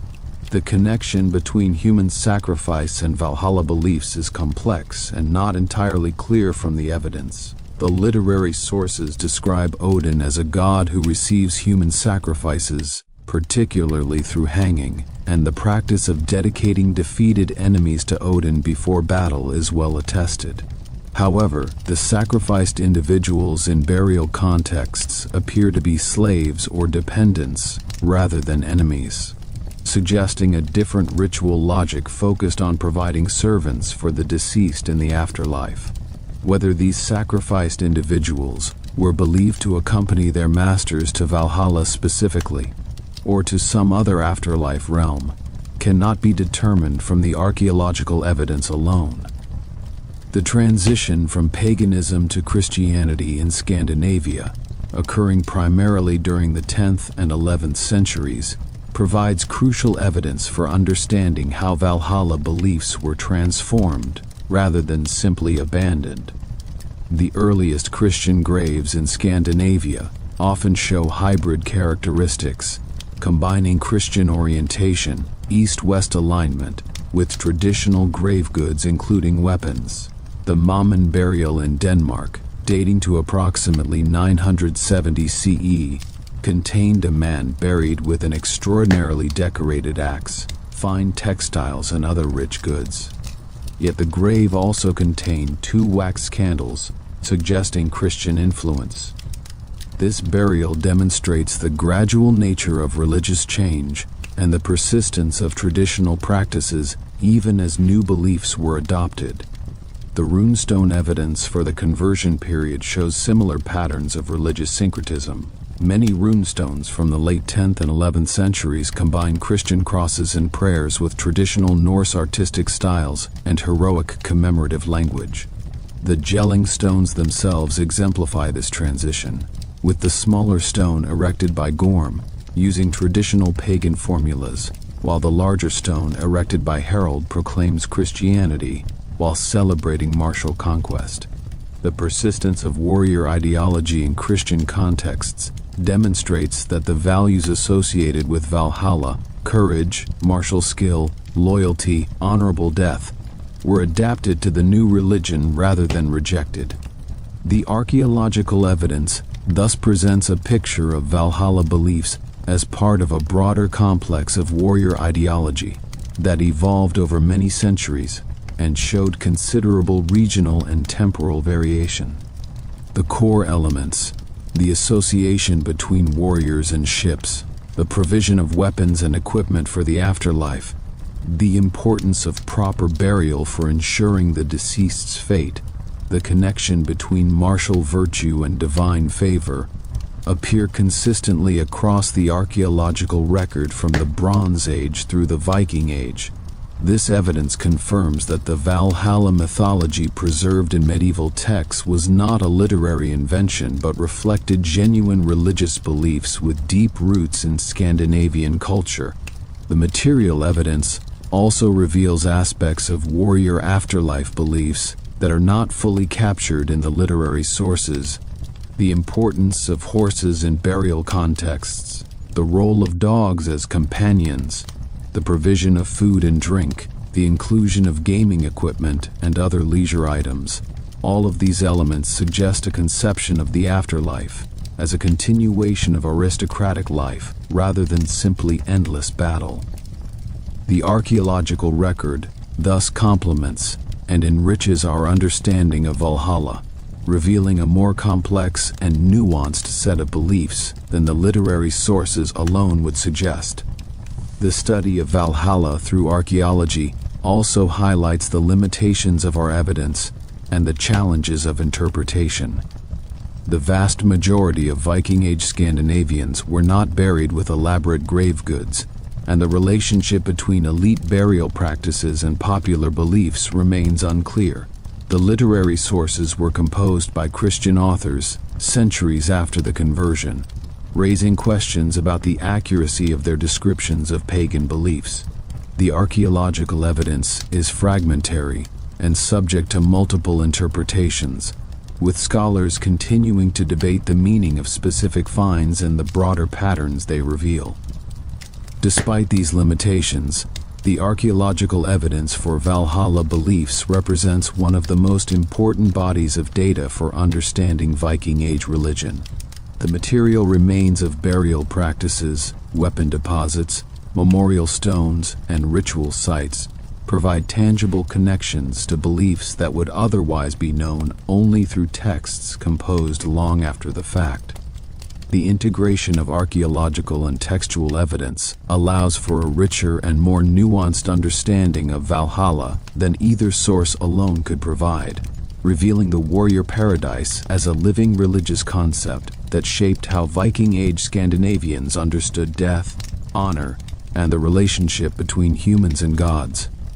The continuing discovery of new archaeological evidence ensures that our understanding of Valhalla beliefs will continue to evolve. Recent finds such as the Jellestad ship burial in Norway, discovered through ground-penetrating radar in 2018 and currently under excavation, promise to add new data to our understanding of elite burial practices and their relationship to afterlife beliefs. Advances in scientific techniques including DNA analysis, isotope studies, and radiocarbon dating allow for more precise interpretation of existing evidence and the resolution of long-standing debates. The study of Valhalla through archaeology thus remains a dynamic and evolving field, with each new discovery adding to our understanding of how the Vikings conceived of the warrior afterlife and their place within the cosmic order. The Einherjar's relationship with the Valkyries extends beyond the initial selection and transportation to Valhalla. In the hall itself, the Valkyries serve as cupbearers, bringing mead to the warriors and ensuring their comfort during the nightly feasts. This service role might seem to diminish the Valkyries' status, but in the context of Norse culture, serving drink to warriors was an honorable function typically performed by high-status women.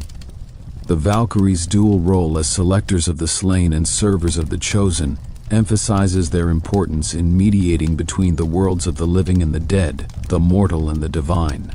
The concept of the Einherjar influenced and was influenced by actual Viking Age warrior culture in complex ways.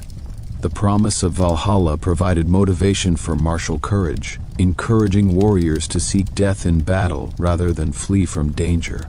The belief that the manner of one's death determined one's afterlife fate gave religious significance to military valor and helped create the fearless warrior ethos for which the Vikings became famous. At the same time, the idealized image of the Einherjar reflected back on earthly warriors, providing a model of martial excellence to which living men could aspire. The Einherjar concept also had implications for how Viking Age Scandinavians understood the relationship between individual achievement and collective purpose. Each Einherjar was selected for personal excellence, yet their ultimate purpose was to serve as part of a collective force in the battle against chaos. This tension between individual heroism and collective action reflects broader themes in Norse culture, where personal honor and fame were highly valued but loyalty to one's lord and community was equally important. The Einherjar resolved this tension by achieving individual recognition through selection, while dedicating themselves to collective service. The transformation from mortal warrior to Einherjar involved not merely a change of location, but a fundamental alteration in the nature of existence. The Einherjar were no longer subject to permanent death, aging, or the physical limitations that constrained mortal warriors. They existed in a state of perpetual prime, their bodies restored each evening to perfect health, regardless of the wounds suffered during the day's combat. This transformation represents a form of apotheosis, an elevation from human to something approaching divine status. Though the Einherjar remained distinct from the gods themselves, the question of whether the Einherjar could be considered truly happy in their eternal existence is worth considering. The sources present Valhalla as a paradise, the ultimate reward for martial excellence, yet the endless cycle of combat and feasting might seem monotonous from a modern perspective. The Norse conception of happiness, however, differed significantly from modern ideas, emphasizing honor, glory, and the fulfillment of one's social role rather than novelty or personal growth.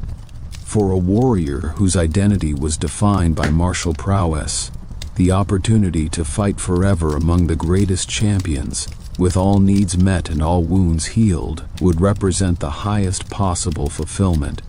The Einherjar's existence also raises questions about the nature of time in Valhalla.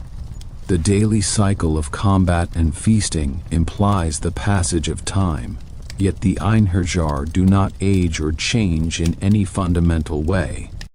They exist in a kind of eternal present, repeating the same activities day after day, while awaiting the final battle that will end their existence. This conception of time differs from both mortal experience, where time brings change and eventually death, and from some other religious conceptions of eternity as timeless or outside of temporal sequence. The Einherjar experience time but are not subject to its destructive effects, a unique temporal status that reflects their unique ontological position. The fate of the Einherjar at Ragnarok represents the culmination of their existence and the fulfillment of their cosmic purpose. When the final battle comes, they will march forth from Valhalla's 540 doors to fight alongside the gods against the forces of chaos. The sources indicate that this battle will be catastrophic, with gods and monsters destroying each other in mutual annihilation. The Einherjar will presumably fall in this conflict, their daily resurrections no longer operative in the face of cosmic destruction. Yet their participation in this final battle represents the highest possible honor, the opportunity to fight in the most important conflict in the history of the cosmos. The post-Ragnarok fate of the Einherjar is not clearly described in the sources, which focus primarily on the destruction, rather than what comes after. Some accounts suggest that a renewed world will emerge from the ashes of the old, with surviving gods and humans repopulating the cosmos. Whether the Einherjar have any place in this renewed world, or whether their existence ends definitively with Ragnarok, remains unclear. The emphasis in Norse eschatology on the finality of Ragnarok suggests that the Einherjar's story ends with the battle, their purpose fulfilled in the moment of cosmic crisis. The legacy of the Einherjar concept extends far beyond the Viking Age, influencing later Scandinavian culture and eventually spreading throughout the world through literature, art, and popular media. The image of the chosen warrior, selected for excellence and granted eternal life in a martial paradise, resonates with deep human desires for recognition, immortality, and meaning through service to a greater cause. The Einherjar represent an answer to the fundamental human question of what happens after death, an answer that privileges martial virtue and offers hope that courage and skill in battle will be rewarded beyond the grave. The Einherjar thus stand as one of the most compelling and enduring images from Norse mythology, embodying the warrior values of Viking Age Scandinavia while speaking to universal human concerns about death, meaning, and the possibility of transcendence.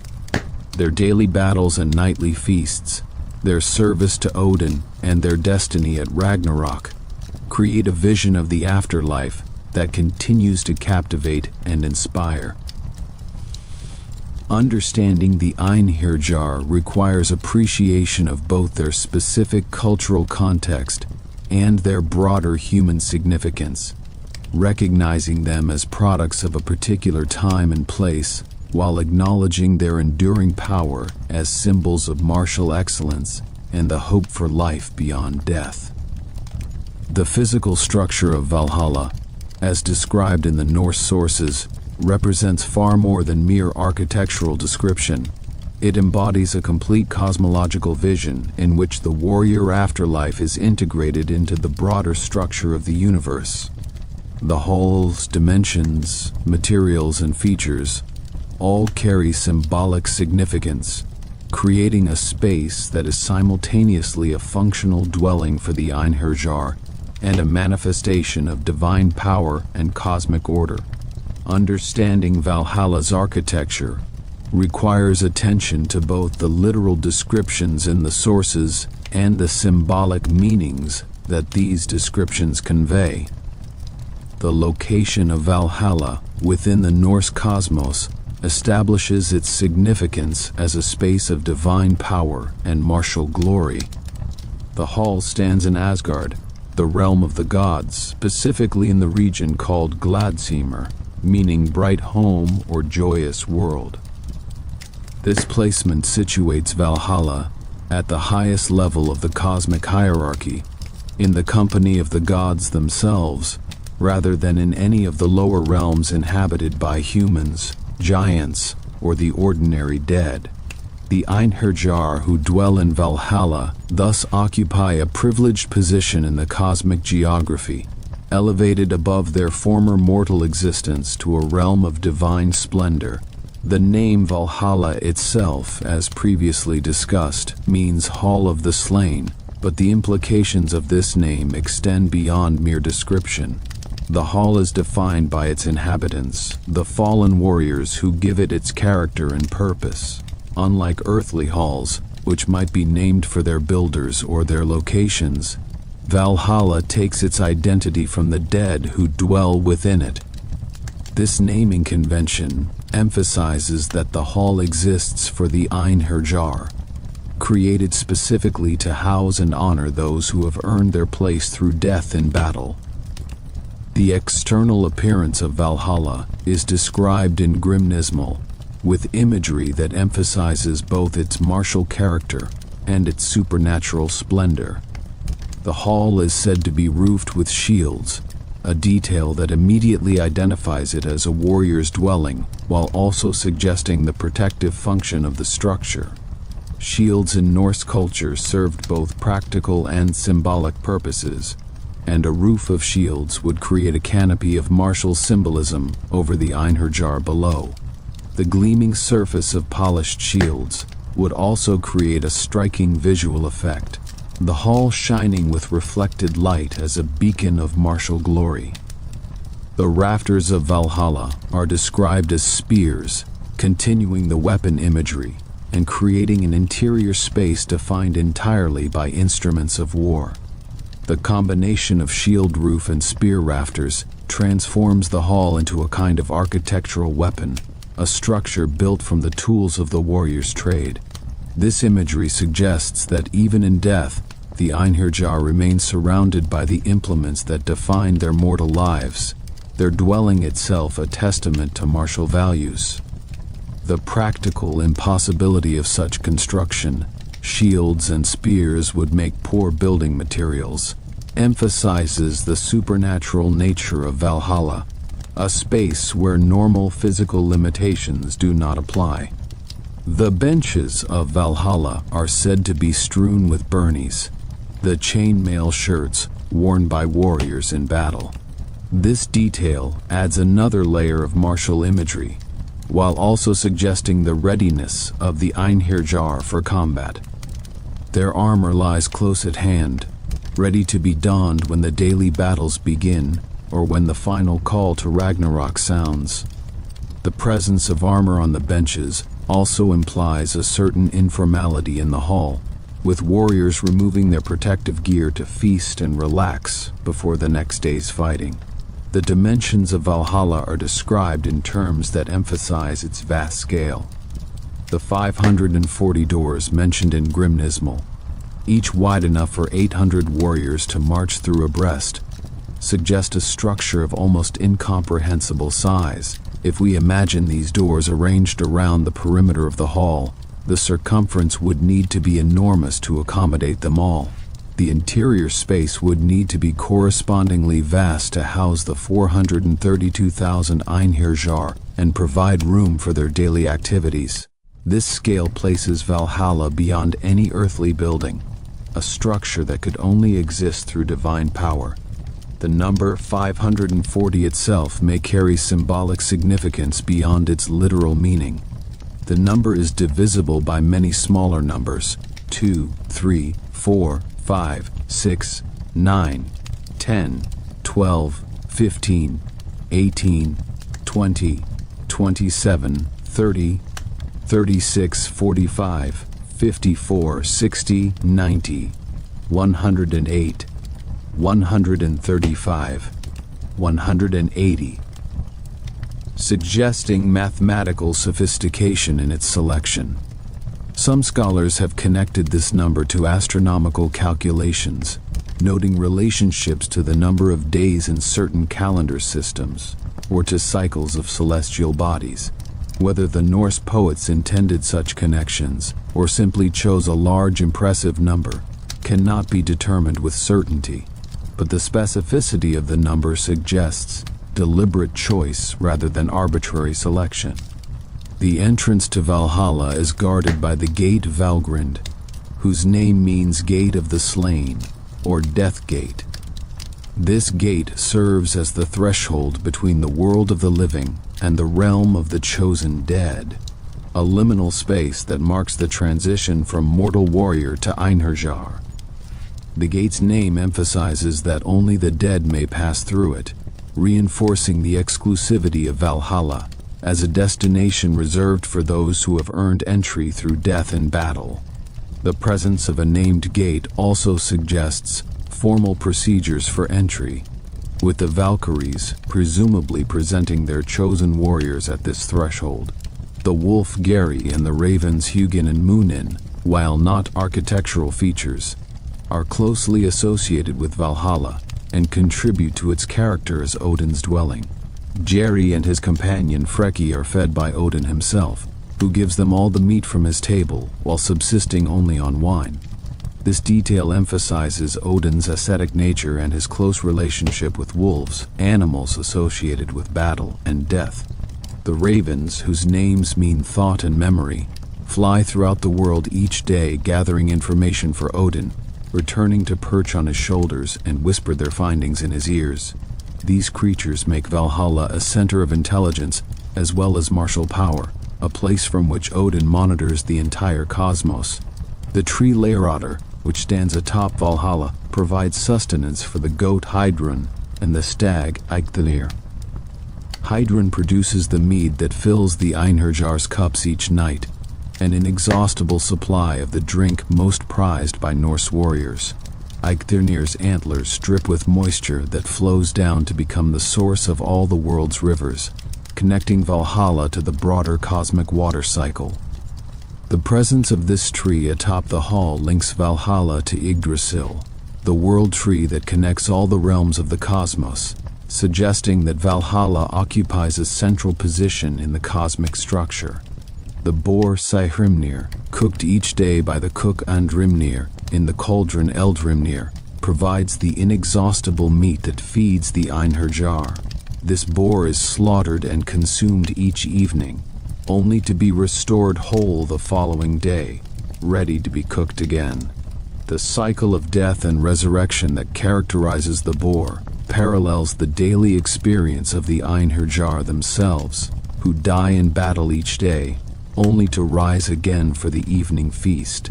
This parallel suggests a deep connection between the Einherjar and their food source, both participating in the same pattern of eternal renewal.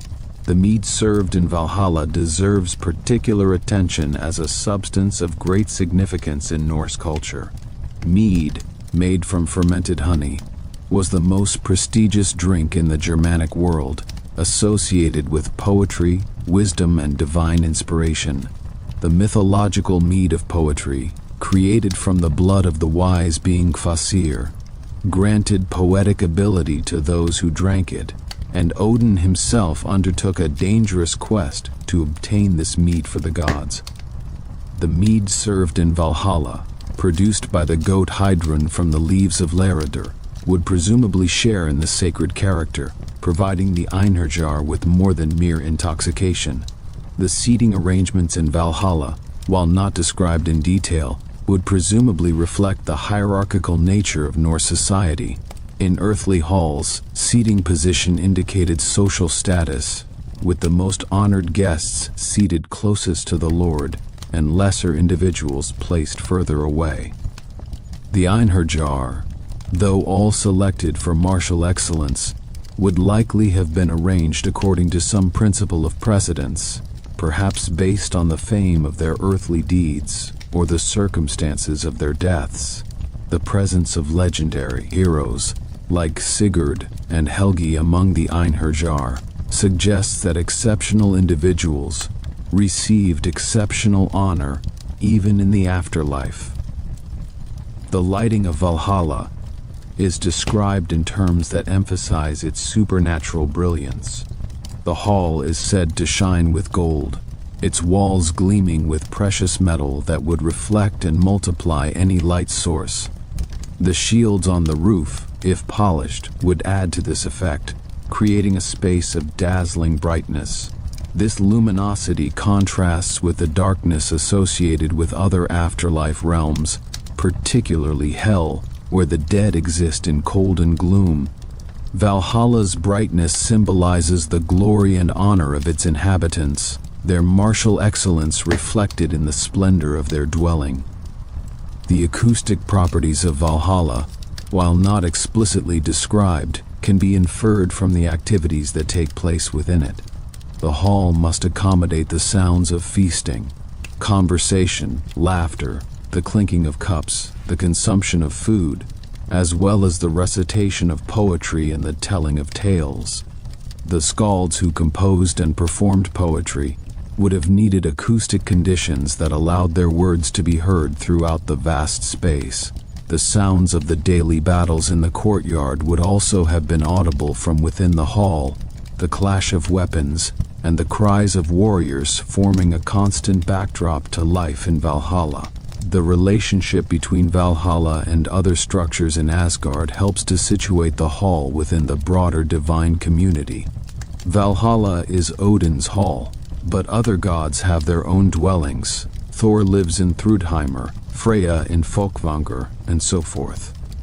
The gods presumably gather for councils and feasts, with Valhalla serving as one venue among several for divine assembly. The Einherjar's presence in Asgard places them in proximity to the gods, allowing for interaction between mortal heroes and divine beings that would have been impossible during earthly life. The defensive capabilities of Valhalla reflect its role as a fortress as well as a feasting hall.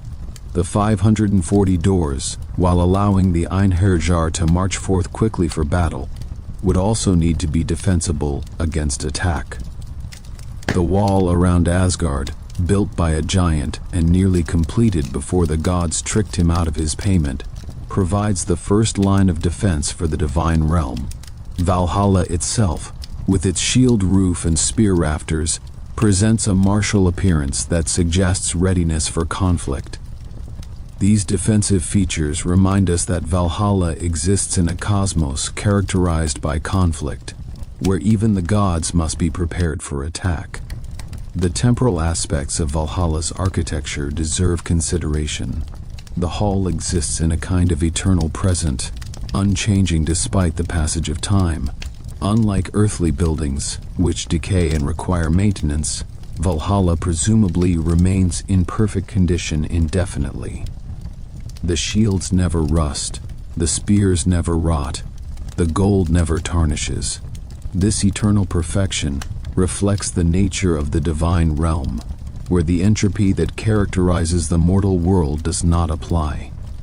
Yet Valhalla is not truly eternal, for it will be destroyed at Ragnarok along with the rest of the cosmos. The symbolic dimensions of Valhalla's architecture extend beyond the literal descriptions to encompass broader themes of Norse cosmology.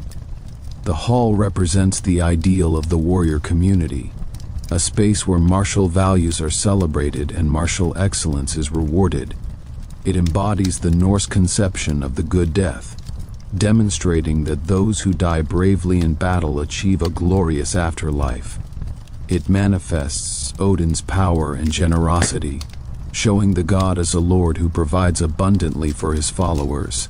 And it anticipates Ragnarok, serving as the mustering point for the final battle that will determine the fate of the cosmos. The influence of Valhalla's architecture on later conceptions of the warrior afterlife has been substantial. Medieval Christian writers, while rejecting the pagan content of Norse mythology, sometimes adapted its imagery for their own purposes. The great halls of Arthurian legend, while not directly derived from Valhalla, share certain features including the gathering of chosen warriors and the provision of supernatural sustenance. Modern fantasy literature has drawn extensively on Valhalla imagery, creating countless fictional warrior paradises that echo the Norse original. The archaeological evidence for actual Viking Age halls provides context for understanding the literary descriptions of Valhalla. Excavations at sites like Ledre in Denmark and Gamla Uppsala in Sweden have revealed the remains of enormous timber halls that served as centers of royal power. These earthly halls, while impressive by human standards, were far smaller than the cosmic Valhalla, yet they shared certain features including the central hearth, the arrangement of benches along the walls, and the high seat of the Lord. The literary Valhalla can thus be understood as an idealized and magnified version of the halls that Norse audiences would have known from their own experience. The construction techniques implied by Valhalla's description, shields for roofing, spears for rafters, have no practical parallel in actual building, but may reflect ritual practices associated with hall construction. The deposition of weapons in the foundations of buildings is attested archaeologically, suggesting that martial objects were believed to provide protection or blessing for structures. The literary description of Valhalla built from weapons may thus reflect actual beliefs about the relationship between martial objects and sacred spaces, even if no earthly building was literally constructed from shields and spears. The cosmic architecture of Valhalla ultimately serves to create a space worthy of its inhabitants and its purpose. The Einherjar, as the chosen warriors of the greatest of gods, deserve a dwelling that reflects their status and honors their achievements. The hall's vast scale accommodates their numbers, its martial decoration celebrates their identity, and its supernatural provisions meet their needs. Valhalla is not merely a building but a statement about the value of martial excellence and the rewards that await those who embody the warrior ideal. Its architecture encodes the values of Norse warrior culture in physical form, creating a space that is simultaneously functional and symbolic, practical and mythological. The Valkyries occupy a position of extraordinary importance within the Valhalla mythology, serving as the essential intermediaries between the mortal world of battle and the divine realm of Odin's hall. These supernatural female figures, whose very name means choosers of the slain, perform the crucial function of selecting which warriors will be granted the honor of joining the Einherjar, and which will be consigned to other afterlife destinations. Their role extends far beyond mere selection, however, encompassing the transportation of the chosen dead to Valhalla, their service within the hall, and their participation in the broader cosmic drama that culminates in Ragnarok. Understanding the Valkyries requires examination of their origins, their nature, their functions, and their significance within Norse religious thought. The etymology of the word Valkyrie, Old Norse Valkyrja, plural Valkyrjur, reveals the essential nature of these beings. The term combines Valar, meaning the slain or those who have fallen in battle, with Kosa, meaning to choose.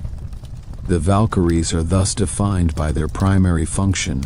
They choose among the battle dead, determining which warriors are worthy of Valhalla.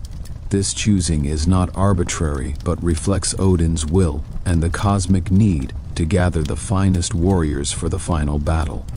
The Valkyries serve as Odin's agents in this selection, exercising judgment on his behalf while remaining subordinate to his ultimate authority. The origins of the Valkyrie concept likely lie in beliefs about supernatural female beings associated with battle and death that predate the fully developed Valhalla mythology. Germanic peoples across northern Europe believed in various types of female spirits connected to warfare, fate, and the afterlife. The Anglo-Saxon Wælsirg, cognate with the Norse Valkyrie, appears in glosses translating Latin terms for the Furies or other supernatural female beings.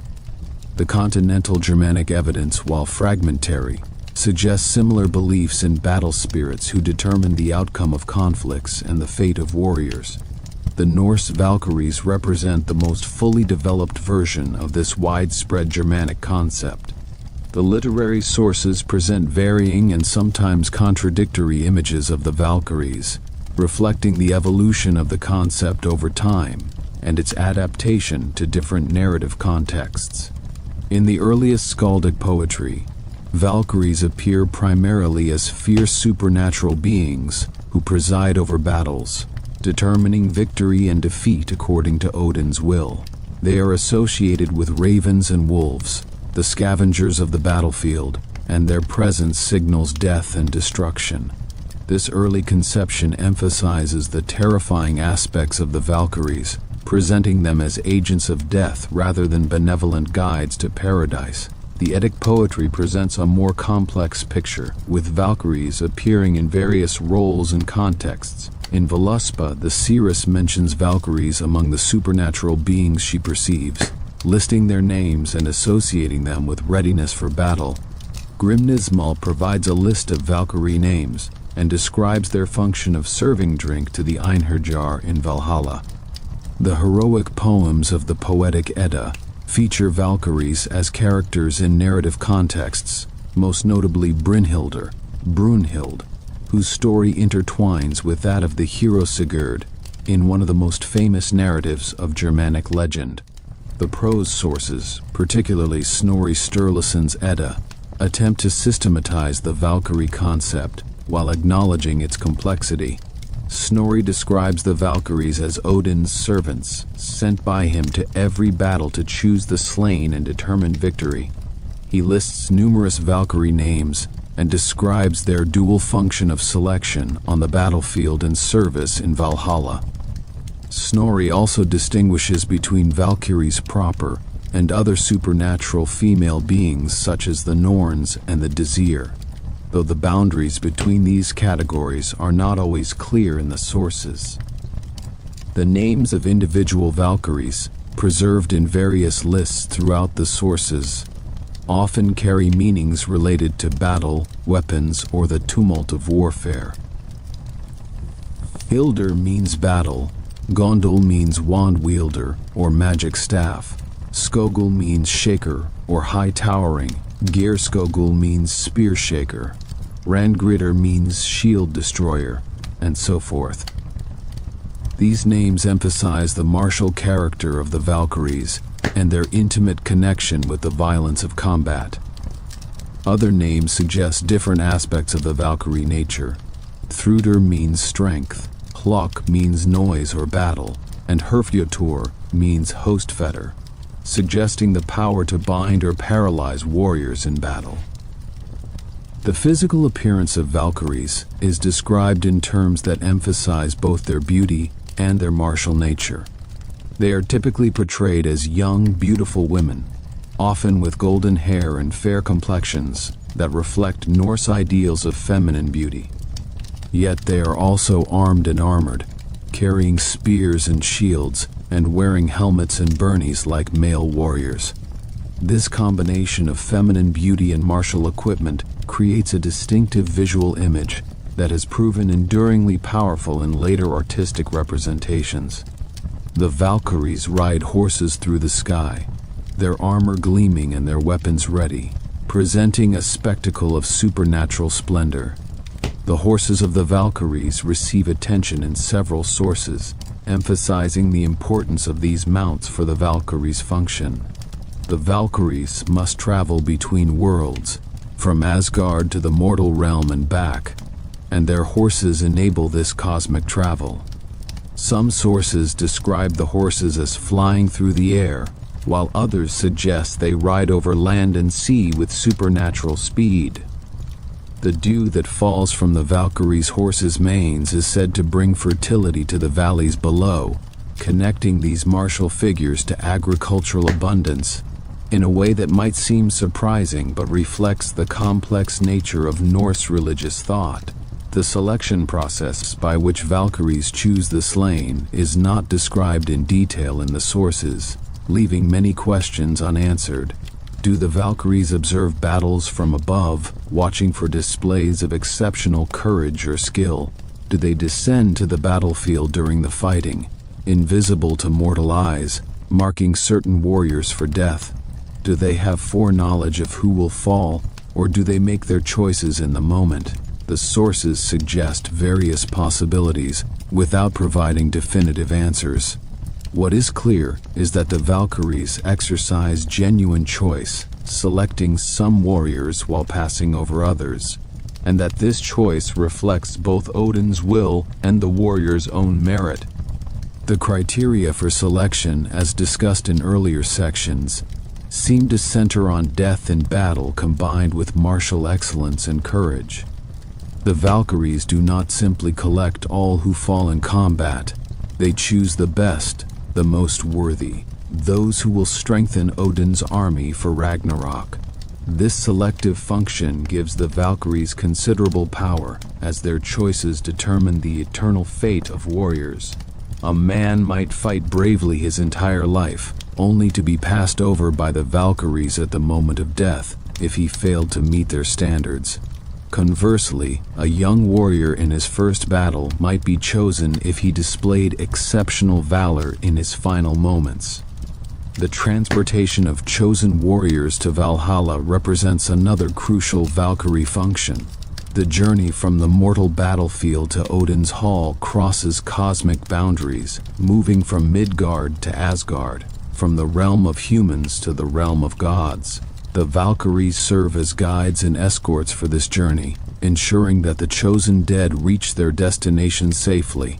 Some sources suggest the Valkyries carry the slain on their horses, while others imply that the dead warriors ride alongside their escorts. The Gotlandic picture stones depicting riders on 8-legged horses being greeted by women with drinking horns may represent this arrival scene, with Valkyries welcoming newly arrived Einherjar to Valhalla.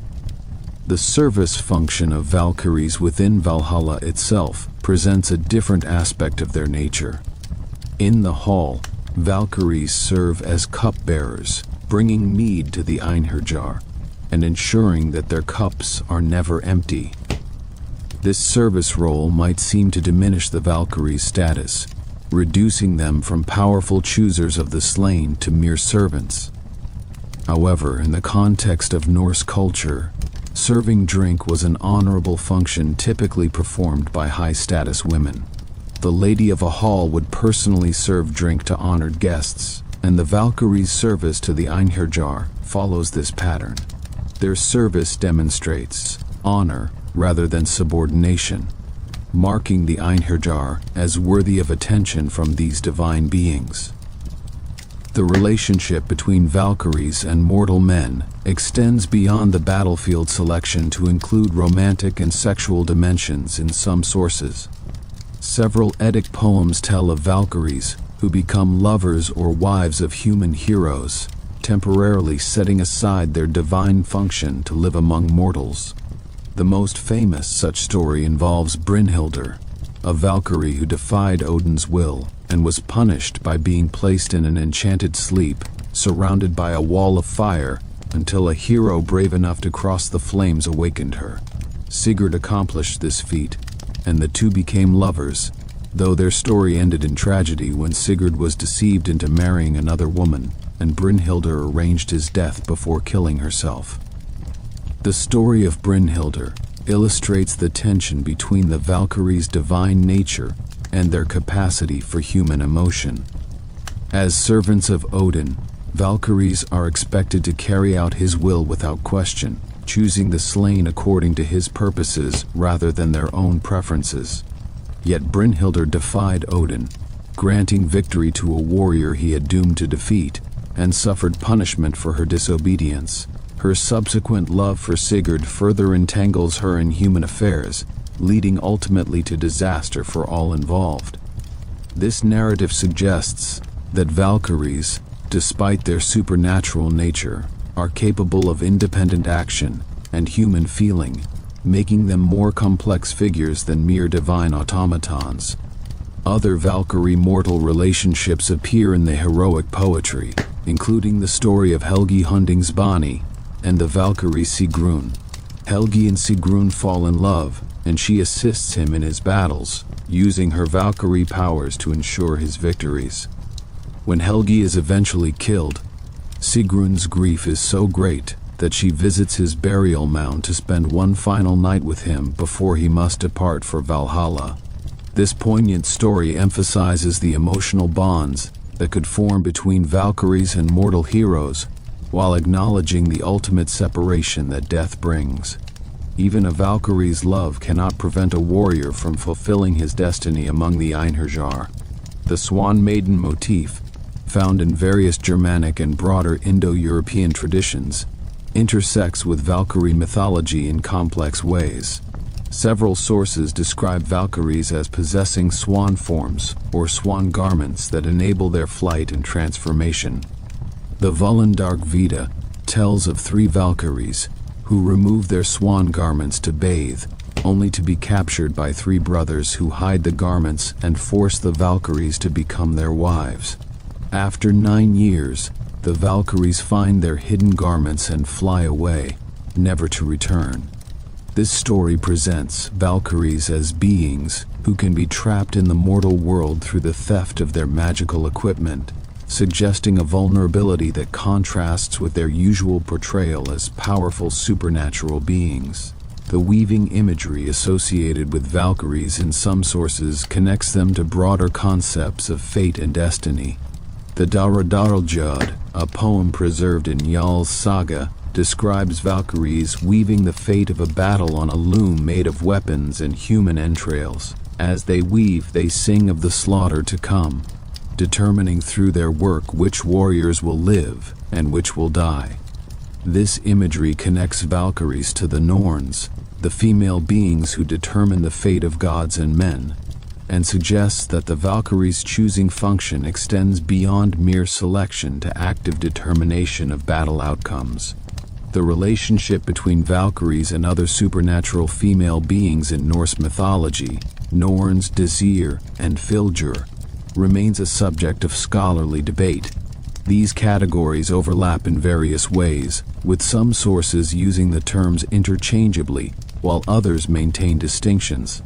The Norns determine fate at birth and throughout life, while Valkyries specifically choose the battle dead. The Disir are female ancestral spirits who protect their descendants, while Valkyries serve Odin rather than specific families. The Fylgjur are personal guardian spirits, often appearing in female form, while Valkyries operate on a broader scale. Despite these distinctions, the boundaries between categories are fluid, and individual figures sometimes appear in multiple roles. The cult of the Valkyries, if such existed as a distinct religious practice, has left little direct evidence in the archaeological or historical record.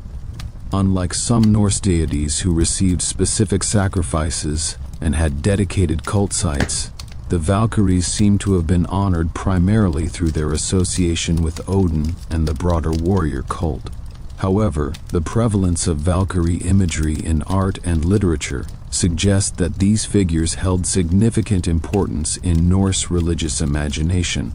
The small metal figures of armed women found at various Scandinavian sites may represent Valkyries, though their precise identification remains uncertain.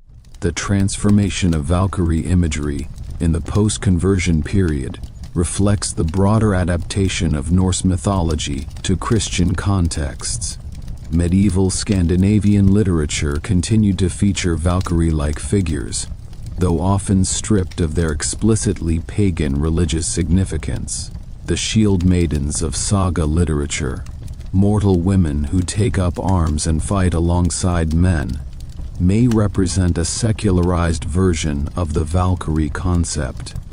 These figures retain the martial character of Valkyries while losing their supernatural selection function and their connection to Odin and Valhalla. The revival of interest in Valkyries during the Romantic period and their subsequent incorporation into popular culture has created new layers of meaning around these figures. Richard Wagner's operatic cycle Der Ring der Nibelungen, with its famous Ride of the Valkyries, established an image of Valkyries as armored women riding flying horses that has become iconic in Western culture. This image, while drawing on genuine Norse sources, also reflects 19th century romantic ideals and has influenced all subsequent representations. Modern fantasy literature, games, and films continue to feature Valkyries, though often in forms that diverge significantly from the medieval sources.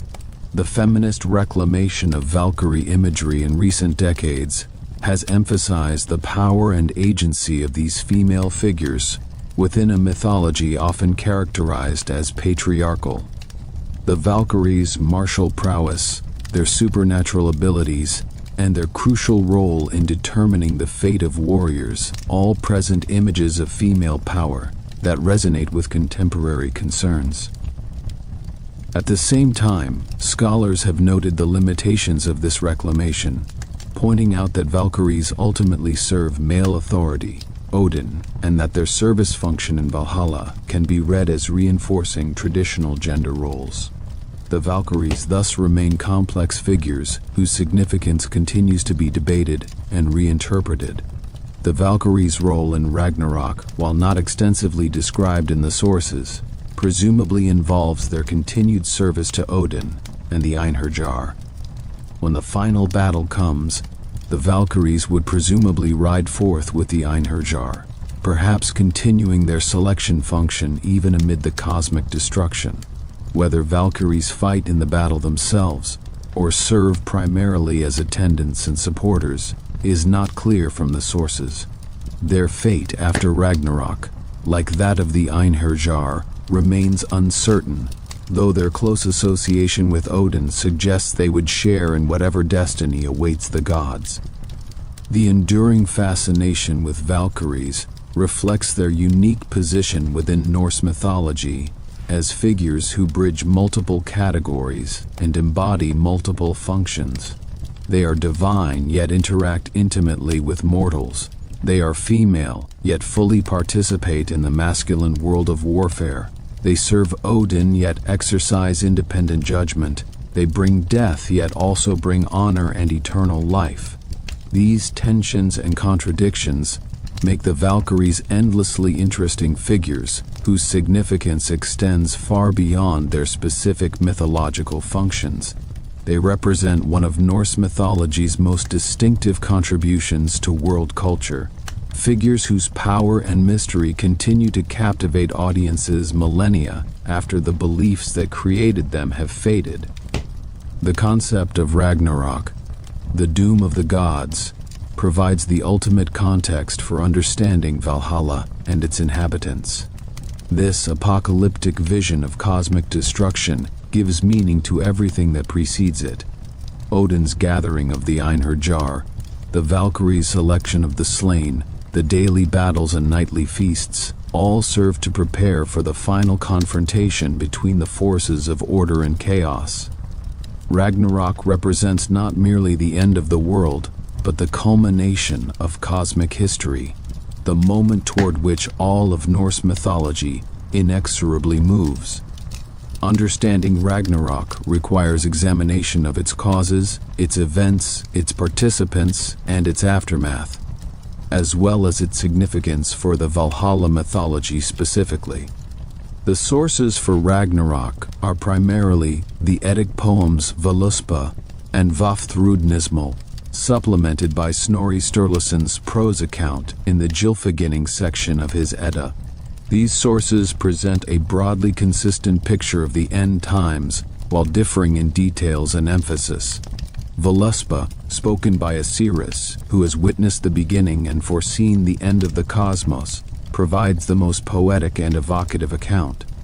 Vafthrudnismal, structured as a wisdom contest between Odin and a giant, offers additional details about the fates of specific gods and the events of the final battle.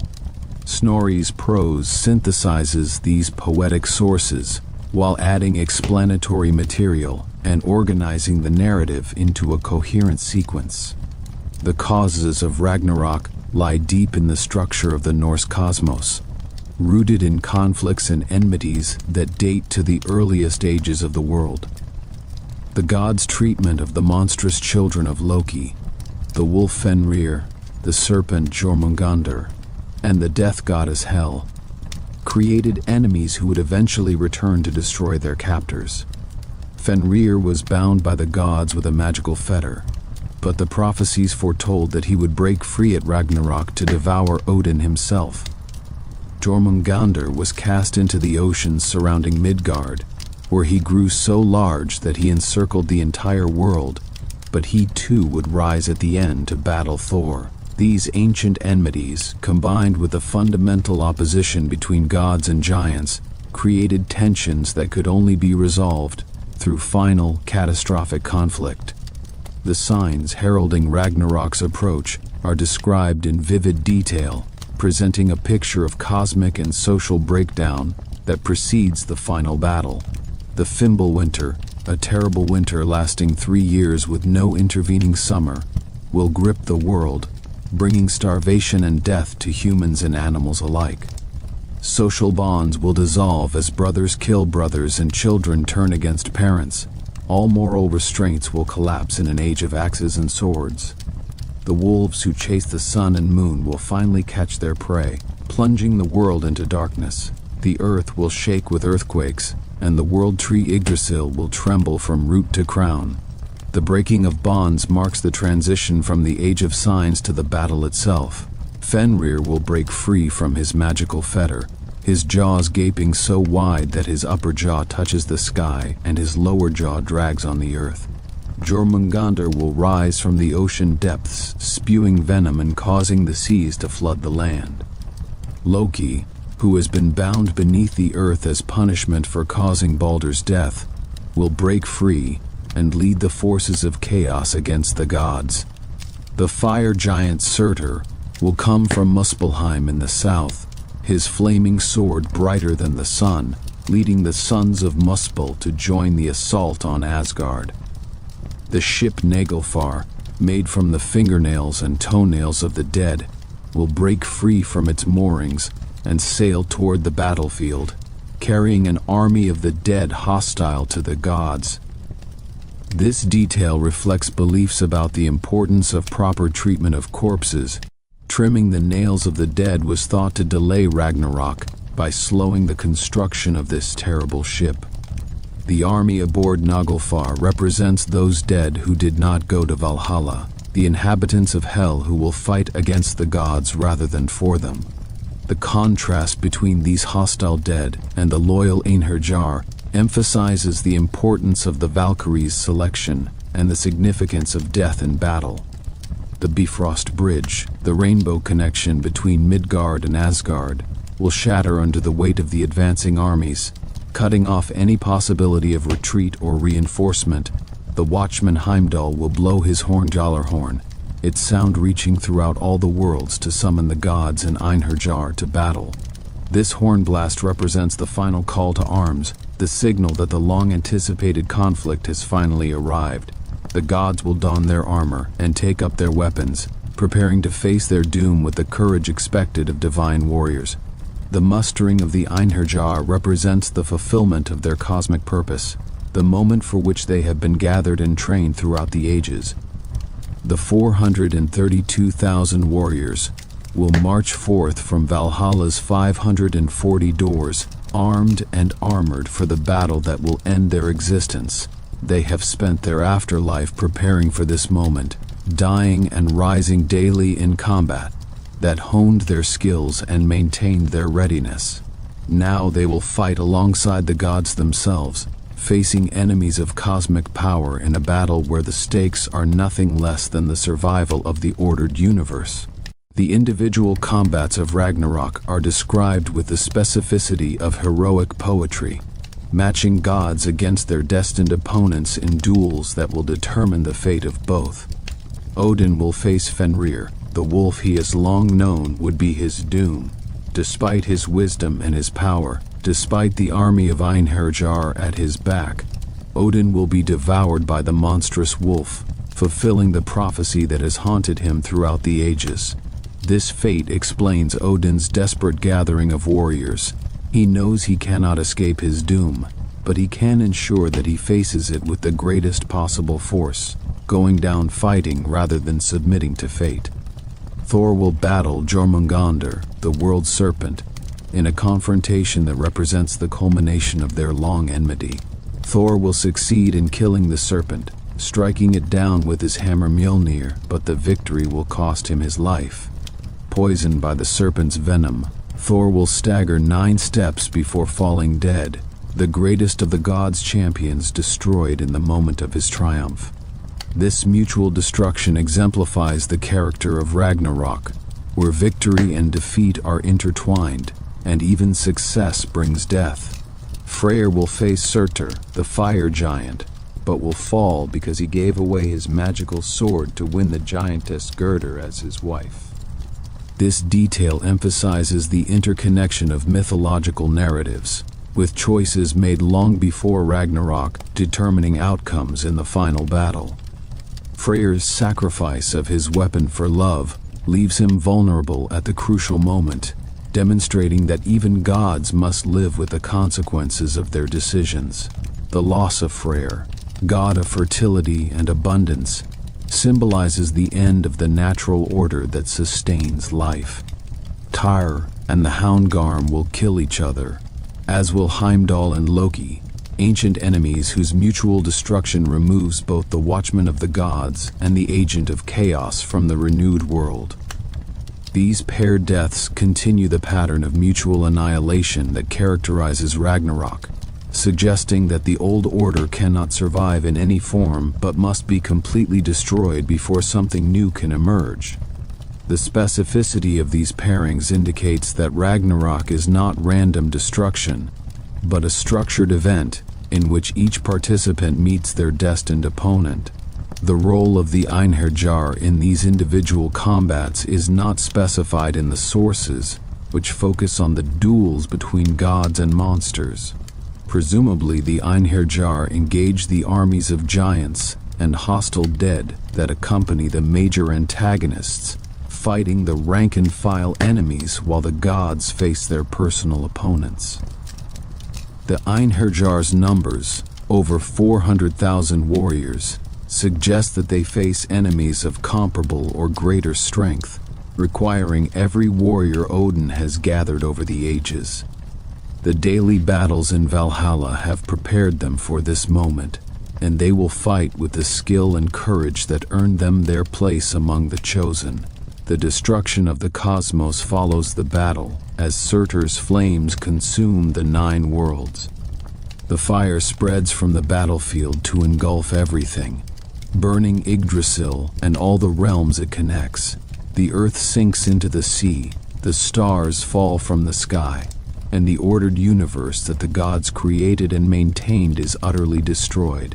This conflagration represents the complete end of the existing order, leaving nothing behind but void and possibility.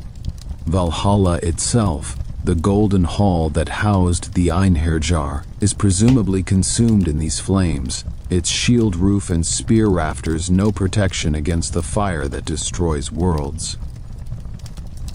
The aftermath of Ragnarok, as described in Völuspá, presents a vision of renewal that follows destruction. The earth will rise again from the sea, green and fertile, with waterfalls flowing and eagles soaring. Certain gods will survive or return. Baldur and Hoder will come back from hell, reconciled after the enmity that led to Baldur's death. Vidar and Vali, sons of Odin, will survive, as will Modi and Magni, sons of Thor, who will inherit their father's hammer. These surviving gods will find the golden gaming pieces of the old gods in the grass, relics of the former age that connect the new world to the old.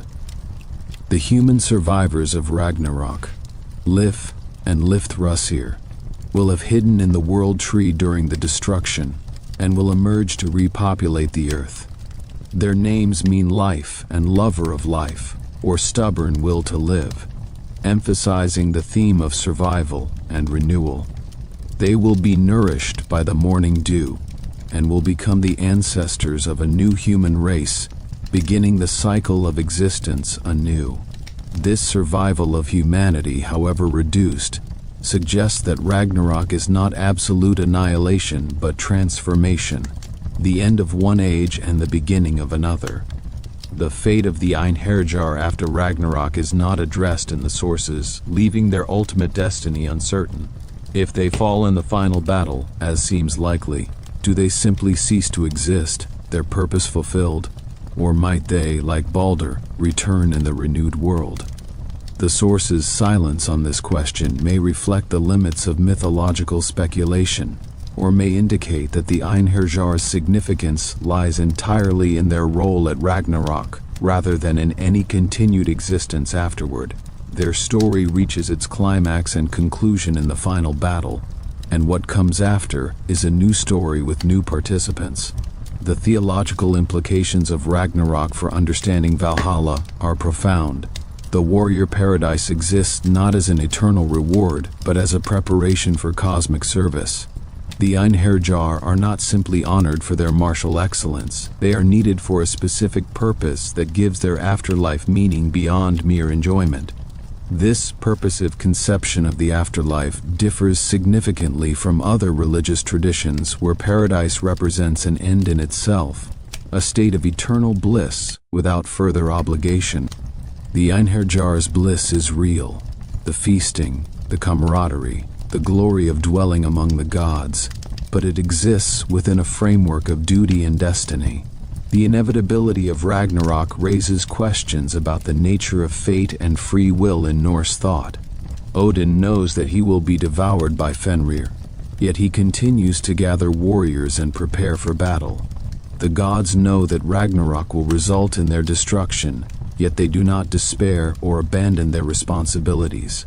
This acceptance of fate combined with continued action represents a distinctive Norse attitude toward destiny. What matters is not the outcome but the manner of meeting one's fate. The gods in Einherjar will face Ragnarok with courage and determination, finding meaning in the struggle itself rather than in hope of victory. The cyclical implications of Ragnarok, destruction followed by renewal, connect Norse eschatology to broader patterns of mythological thought found in many cultures. The idea that the cosmos periodically undergoes destruction and recreation appears in Hindu, Mesoamerican, and other mythological traditions, suggesting deep human intuitions about the nature of time and existence. The Norse version of this pattern emphasizes the role of conflict and the importance of martial virtue, reflecting the warrior values that permeate the mythology. The new world that emerges from Ragnarok is not simply given, but is earned through the sacrifice of gods and Einherjar in the final battle. The influence of Christian eschatology on the Ragnarok narrative has been debated by scholars, with some seeing significant Christian influence and others arguing for the indigenous development of Norse apocalyptic thought. The return of Balder, sometimes compared to Christ's resurrection, and the emergence of a renewed peaceful world have been cited as possible Christian additions to an originally pagan narrative. However, the fundamental structure of Ragnarok, cosmic battle, mutual destruction of gods and monsters, cyclical renewal, has parallels in other Indo-European traditions that suggest pre-Christian origins. The question remains open, with the surviving sources reflecting a period when pagan and Christian ideas coexisted and influenced each other. The emotional resonance of Ragnarok lies in its combination of tragedy and heroism, despair and defiance. The gods face certain doom yet refuse to surrender or flee. The Einherjar march to a battle they cannot win, yet fight with all their strength. This attitude, sometimes called Northern courage, or the Northern theory of courage, represents one of the most distinctive contributions of Norse mythology to world literature.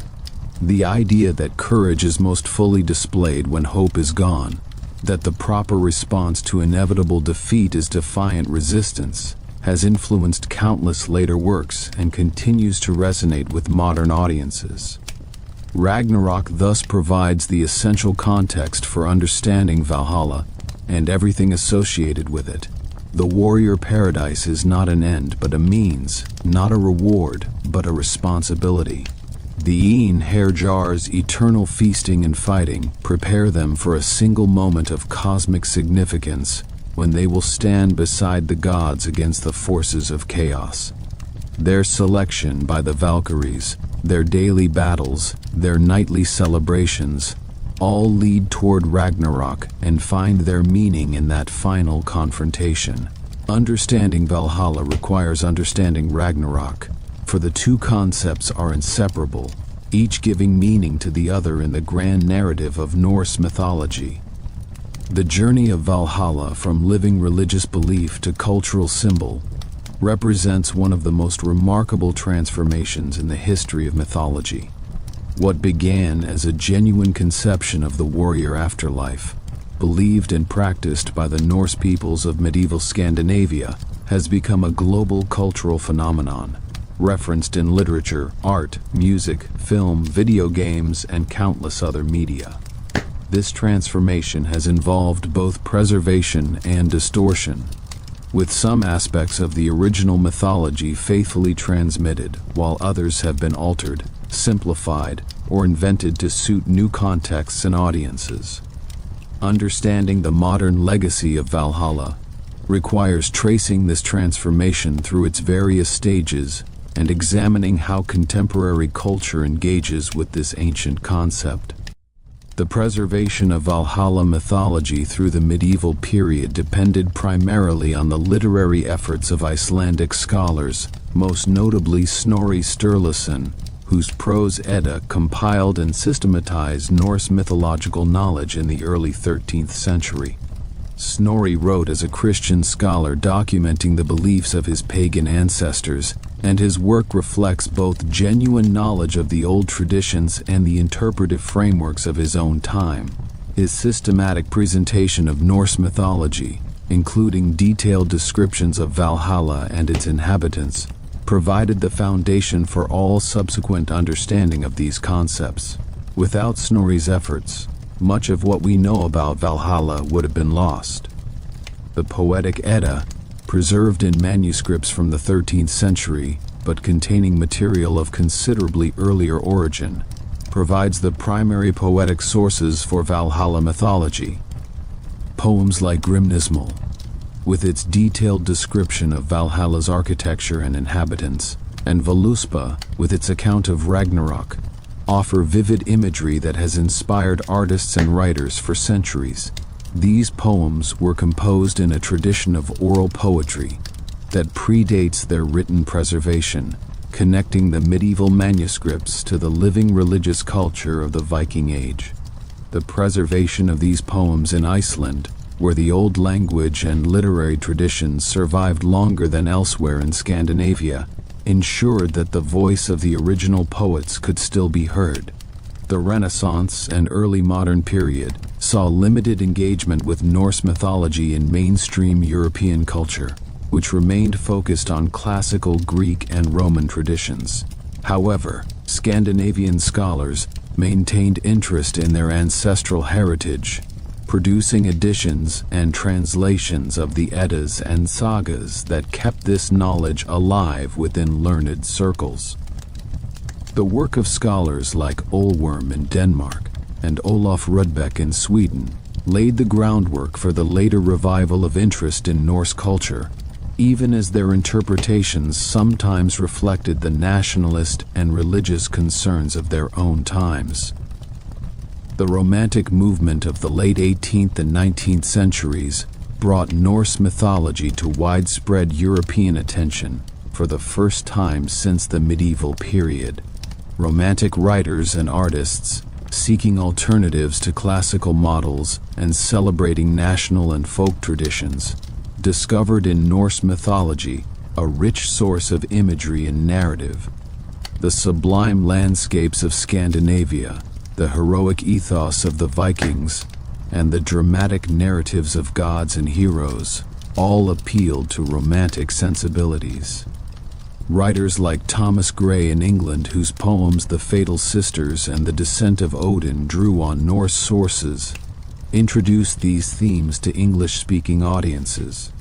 The German Romantic engagement with Norse mythology proved particularly influential, culminating in Richard Wagner's operatic cycle Der Ring der Nibelungen, 1848 to 1874.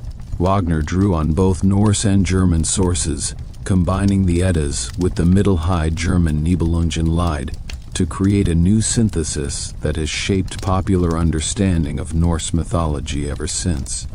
His portrayal of Valhalla as a gleaming fortress of the gods, his depiction of the Valkyries as armored maidens riding flying horses, and his dramatic presentation of Ragnarok as a twilight of the gods, have become iconic images that often overshadow the medieval sources. The Ride of the Valkyries, with its stirring orchestral music, has become one of the most recognizable pieces of classical music in the world. Wagner's influence extended beyond music to shape visual representations of Norse mythology. The stage designs for his operas, with their massive architectural sets and elaborate costumes, established visual conventions that persist to this day. The horned helmets often associated with Vikings, though historically inaccurate, derive partly from 19th century operatic costume design. The image of Valhalla as a towering castle with massive columns and grand staircases owes more to Wagner's theatrical vision than to the medieval descriptions of a hall roofed with shields and raftered with spears. The nationalist appropriation of Norse mythology in the 19th and 20th centuries represents a darker chapter in the cultural legacy of Valhalla. Various nationalist movements, particularly in Germany and Scandinavia, claimed Norse mythology as the heritage of a superior Nordic or Aryan race, distorting the mythology to serve racist and imperialist ideologies. The Nazi regime in Germany made extensive use of Norse symbolism, including references to Valhalla as the destination of fallen German soldiers. This appropriation has left a troubling legacy that scholars and enthusiasts continue to grapple with, working to reclaim Norse mythology from its association with racist ideologies, while acknowledging the historical reality of this misuse.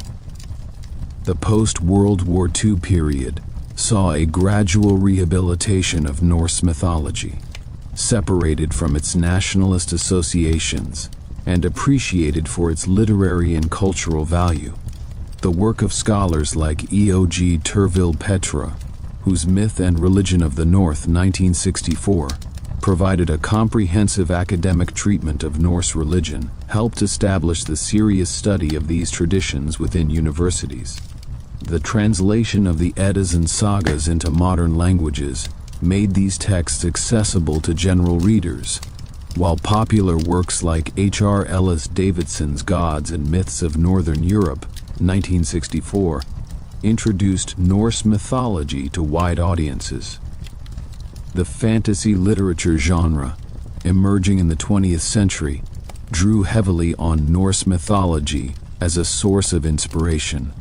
J.R.R. Tolkien, whose academic expertise in Old Norse and Old English informed his creative work, incorporated numerous Norse elements into his Middle-earth legendarium.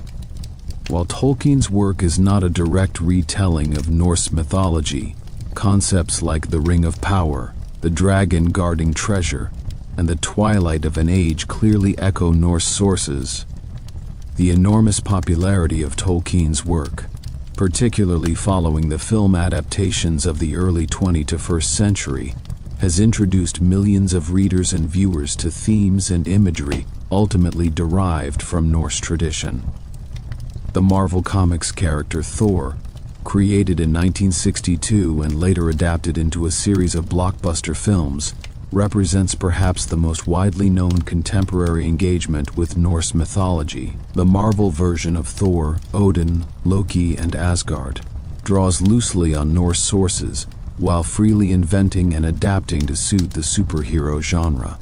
Valhalla appears in these works as the afterlife destination of Asgardian warriors, maintaining the basic concept while embedding it in a science fiction framework where the Norse gods are reimagined as powerful aliens. The Marvel films have introduced Norse mythological concepts to global audiences who may have no other exposure to these traditions. Video games have emerged as a significant medium for engaging with Norse mythology, with titles like God of War 2018, Assassin's Creed Valhalla 2020, and Valheim 2021, reaching millions of players worldwide. These games vary in their fidelity to the sources, with some attempting relatively accurate representations of Norse culture and belief, while others freely adapt and invent. The interactive nature of games allows players to engage with Norse mythology in ways that passive media cannot, exploring virtual recreations of Viking Age Scandinavia and participating in narratives drawn from mythological sources. The title, Valhalla, has become particularly popular for games, trading on the concept's association with warrior culture and the afterlife. The heavy metal music genre has maintained a long association with Norse mythology, with numerous bands incorporating Valhalla imagery into their lyrics, album art, and stage presentations. The Viking metal subgenre specifically focuses on Norse themes, with bands like Amon Amarth, Bathory, and Enslaved creating music that celebrates warrior culture and mythological narratives. The aggressive sound of metal music aligns well with the martial themes of Valhalla mythology, and the genre's embrace of dramatic imagery finds rich material in Norse sources. This musical engagement has introduced Norse mythology to audiences who might not encounter it through literature or film. The contemporary heathen or Asatru religious movements represent attempts to revive Norse paganism as a living religious practice. These movements, which emerged in the 20th century and have grown significantly in recent decades, treat the Eddas and Sagas as sacred texts and attempt to reconstruct the religious practices of pre-Christian Scandinavia. Valhalla holds genuine religious significance for practitioners of these traditions, who may believe in the literal existence of the warrior afterlife, or interpret it symbolically as representing ideals of courage and honor. The relationship between academic scholarship and religious practice in these communities is complex, with practitioners drawing on scholarly work, while also claiming experiential and spiritual knowledge that goes beyond textual sources. The military use of Valhalla imagery continues in contemporary armed forces, particularly in Scandinavian countries, and among units with Viking-themed identities. The concept of Valhalla as the destination of fallen warriors resonates with military culture, providing a framework for honoring the dead and finding meaning in sacrifice. Memorial services, unit insignia, and military traditions sometimes incorporate Valhalla references, connecting contemporary soldiers to an ancient warrior heritage. This military appropriation raises questions about the relationship between historical mythology and contemporary values, as well as the ethics of using religious concepts in secular military contexts. The scholarly study of Valhalla and Norse mythology more broadly has advanced significantly in recent decades, with new methodological approaches and interdisciplinary perspectives enriching our understanding. Archaeological discoveries continue to provide new evidence for Viking Age beliefs and practices, while advances in fields like genetics and isotope analysis allow for more precise interpretation of burial evidence. Literary scholars have developed sophisticated approaches to the medieval texts, attending to their manuscript contexts, their Christian authorship, and their complex relationship to oral tradition. The field of Old Norse studies remains vibrant, with new generations of scholars building on the work of their predecessors while asking new questions. The global spread of Valhalla imagery raises questions about cultural appropriation and the ownership of mythological heritage. Norse mythology originated in a specific cultural context, medieval Scandinavia, but has become a global phenomenon claimed and used by people with no ancestral connection to that culture. Some argue that mythology belongs to all humanity, and that anyone should be free to engage with these traditions. Others contend that the descendants of the Norse peoples have a special relationship to their ancestral heritage that should be respected. These debates intersect with broader discussions about cultural appropriation, indigenous rights, and the ethics of engaging with traditions not one's own. The future of Valhalla in global culture seems assured, given the concept's enduring appeal and its continued presence in popular media. New films, games, books, and other works engaging with Norse mythology appear regularly, introducing each generation to these ancient stories. The specific forms this engagement takes will continue to evolve, shaped by changing cultural contexts and creative visions. What remains constant is the fundamental appeal of the Valhalla concept, the idea that courage in battle earns eternal reward, that the manner of one's death determines one's fate, and that the greatest warriors feast forever in the halls of the gods. The mythology of Valhalla, examined in its full complexity across the preceding sections, ultimately addresses fundamental human concerns that transcend its specific cultural origins. Questions of mortality and what lies beyond death, of how to live meaningfully in the face of inevitable ending, of what values deserve ultimate commitment. These are universal human preoccupations that every culture addresses in its own way. The Norse answer, embodied in the Valhalla concept, offers a distinctive perspective that continues to resonate across centuries and cultures, speaking to something deep in human nature even as its specific religious context has faded. The centrality of death in the Valhalla mythology reflects the inescapable reality that all human beings must confront. Every person who has ever lived has faced the knowledge of their own mortality, and every culture has developed ways of understanding and coping with this knowledge. The Norse approach, as expressed in the Valhalla concept, does not deny or minimize death, but embraces it as the defining moment of human existence. How one dies matters more than how long one lives. The quality of one's death determines one's eternal fate. This perspective transforms death from a mere ending into a culmination, the moment when a life's meaning is finally revealed and fixed for eternity. The emphasis on death in battle as the criterion for Valhalla reflects the warrior culture that produced this mythology, but it also speaks to broader human intuitions about meaningful death. Dying for something, a cause, a community, a set of values, seems more meaningful than dying of nothing, succumbing to disease or accident without purpose or significance. The warrior who falls in battle has chosen to risk death for something beyond mere survival, and this choice confers meaning on the death that follows. The Valhalla mythology elevates this intuition to cosmic significance, promising that those who die meaningfully will be rewarded with eternal life among the gods. The concept of the Einherjar as an eternal community of warriors addresses the human fear of isolation and oblivion after death. The Einherjar do not face eternity alone, but in the company of the greatest warriors who have ever lived, sharing in perpetual feasting and camaraderie.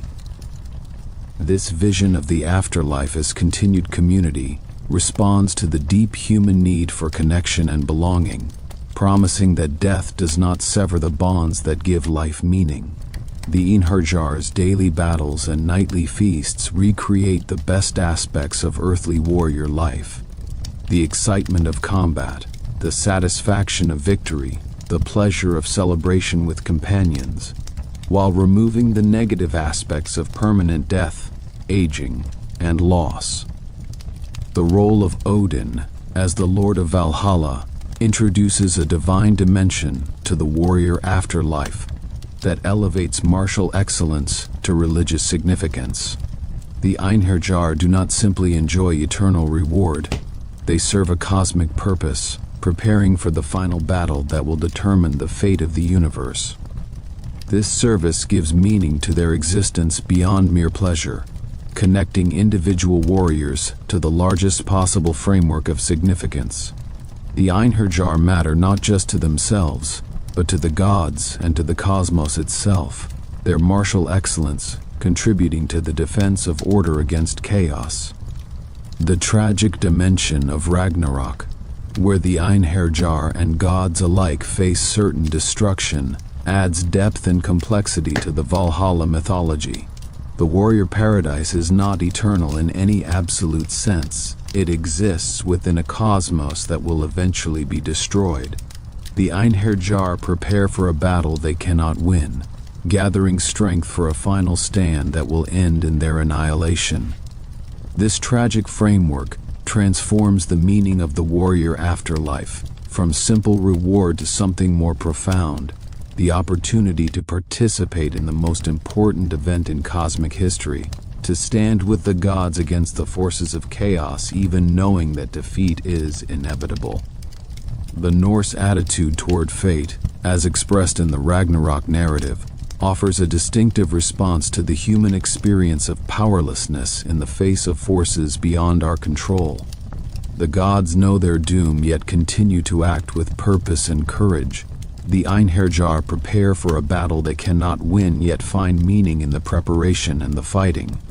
This attitude, sometimes called Northern courage, or the doctrine of the eternal defeat, suggests that meaning lies not in outcomes, but in the manner of facing whatever comes. The proper response to inevitable doom is not despair but defiant courage, meeting fate on one's feet rather than on one's knees. The Valkyries, as intermediaries between the mortal and divine realms, embody the possibility of recognition and selection that gives individual lives cosmic significance. Not every warrior who dies in battle goes to Valhalla. The Valkyries choose those who are worthy, exercising judgment that distinguishes the exceptional from the ordinary. This selective process means that individual excellence matters, that how one fights and dies can earn divine recognition and eternal reward. The Valkyries' gaze transforms the battlefield into a stage where every warrior performs for an audience that includes the gods themselves. The physical descriptions of Valhalla, the shield roof, the spear rafters, the golden walls, the inexhaustible food and drink, create a vision of abundance and perfection that responds to the scarcity and imperfection of earthly life. In Valhalla, every need is met, every wound is healed, every desire is satisfied.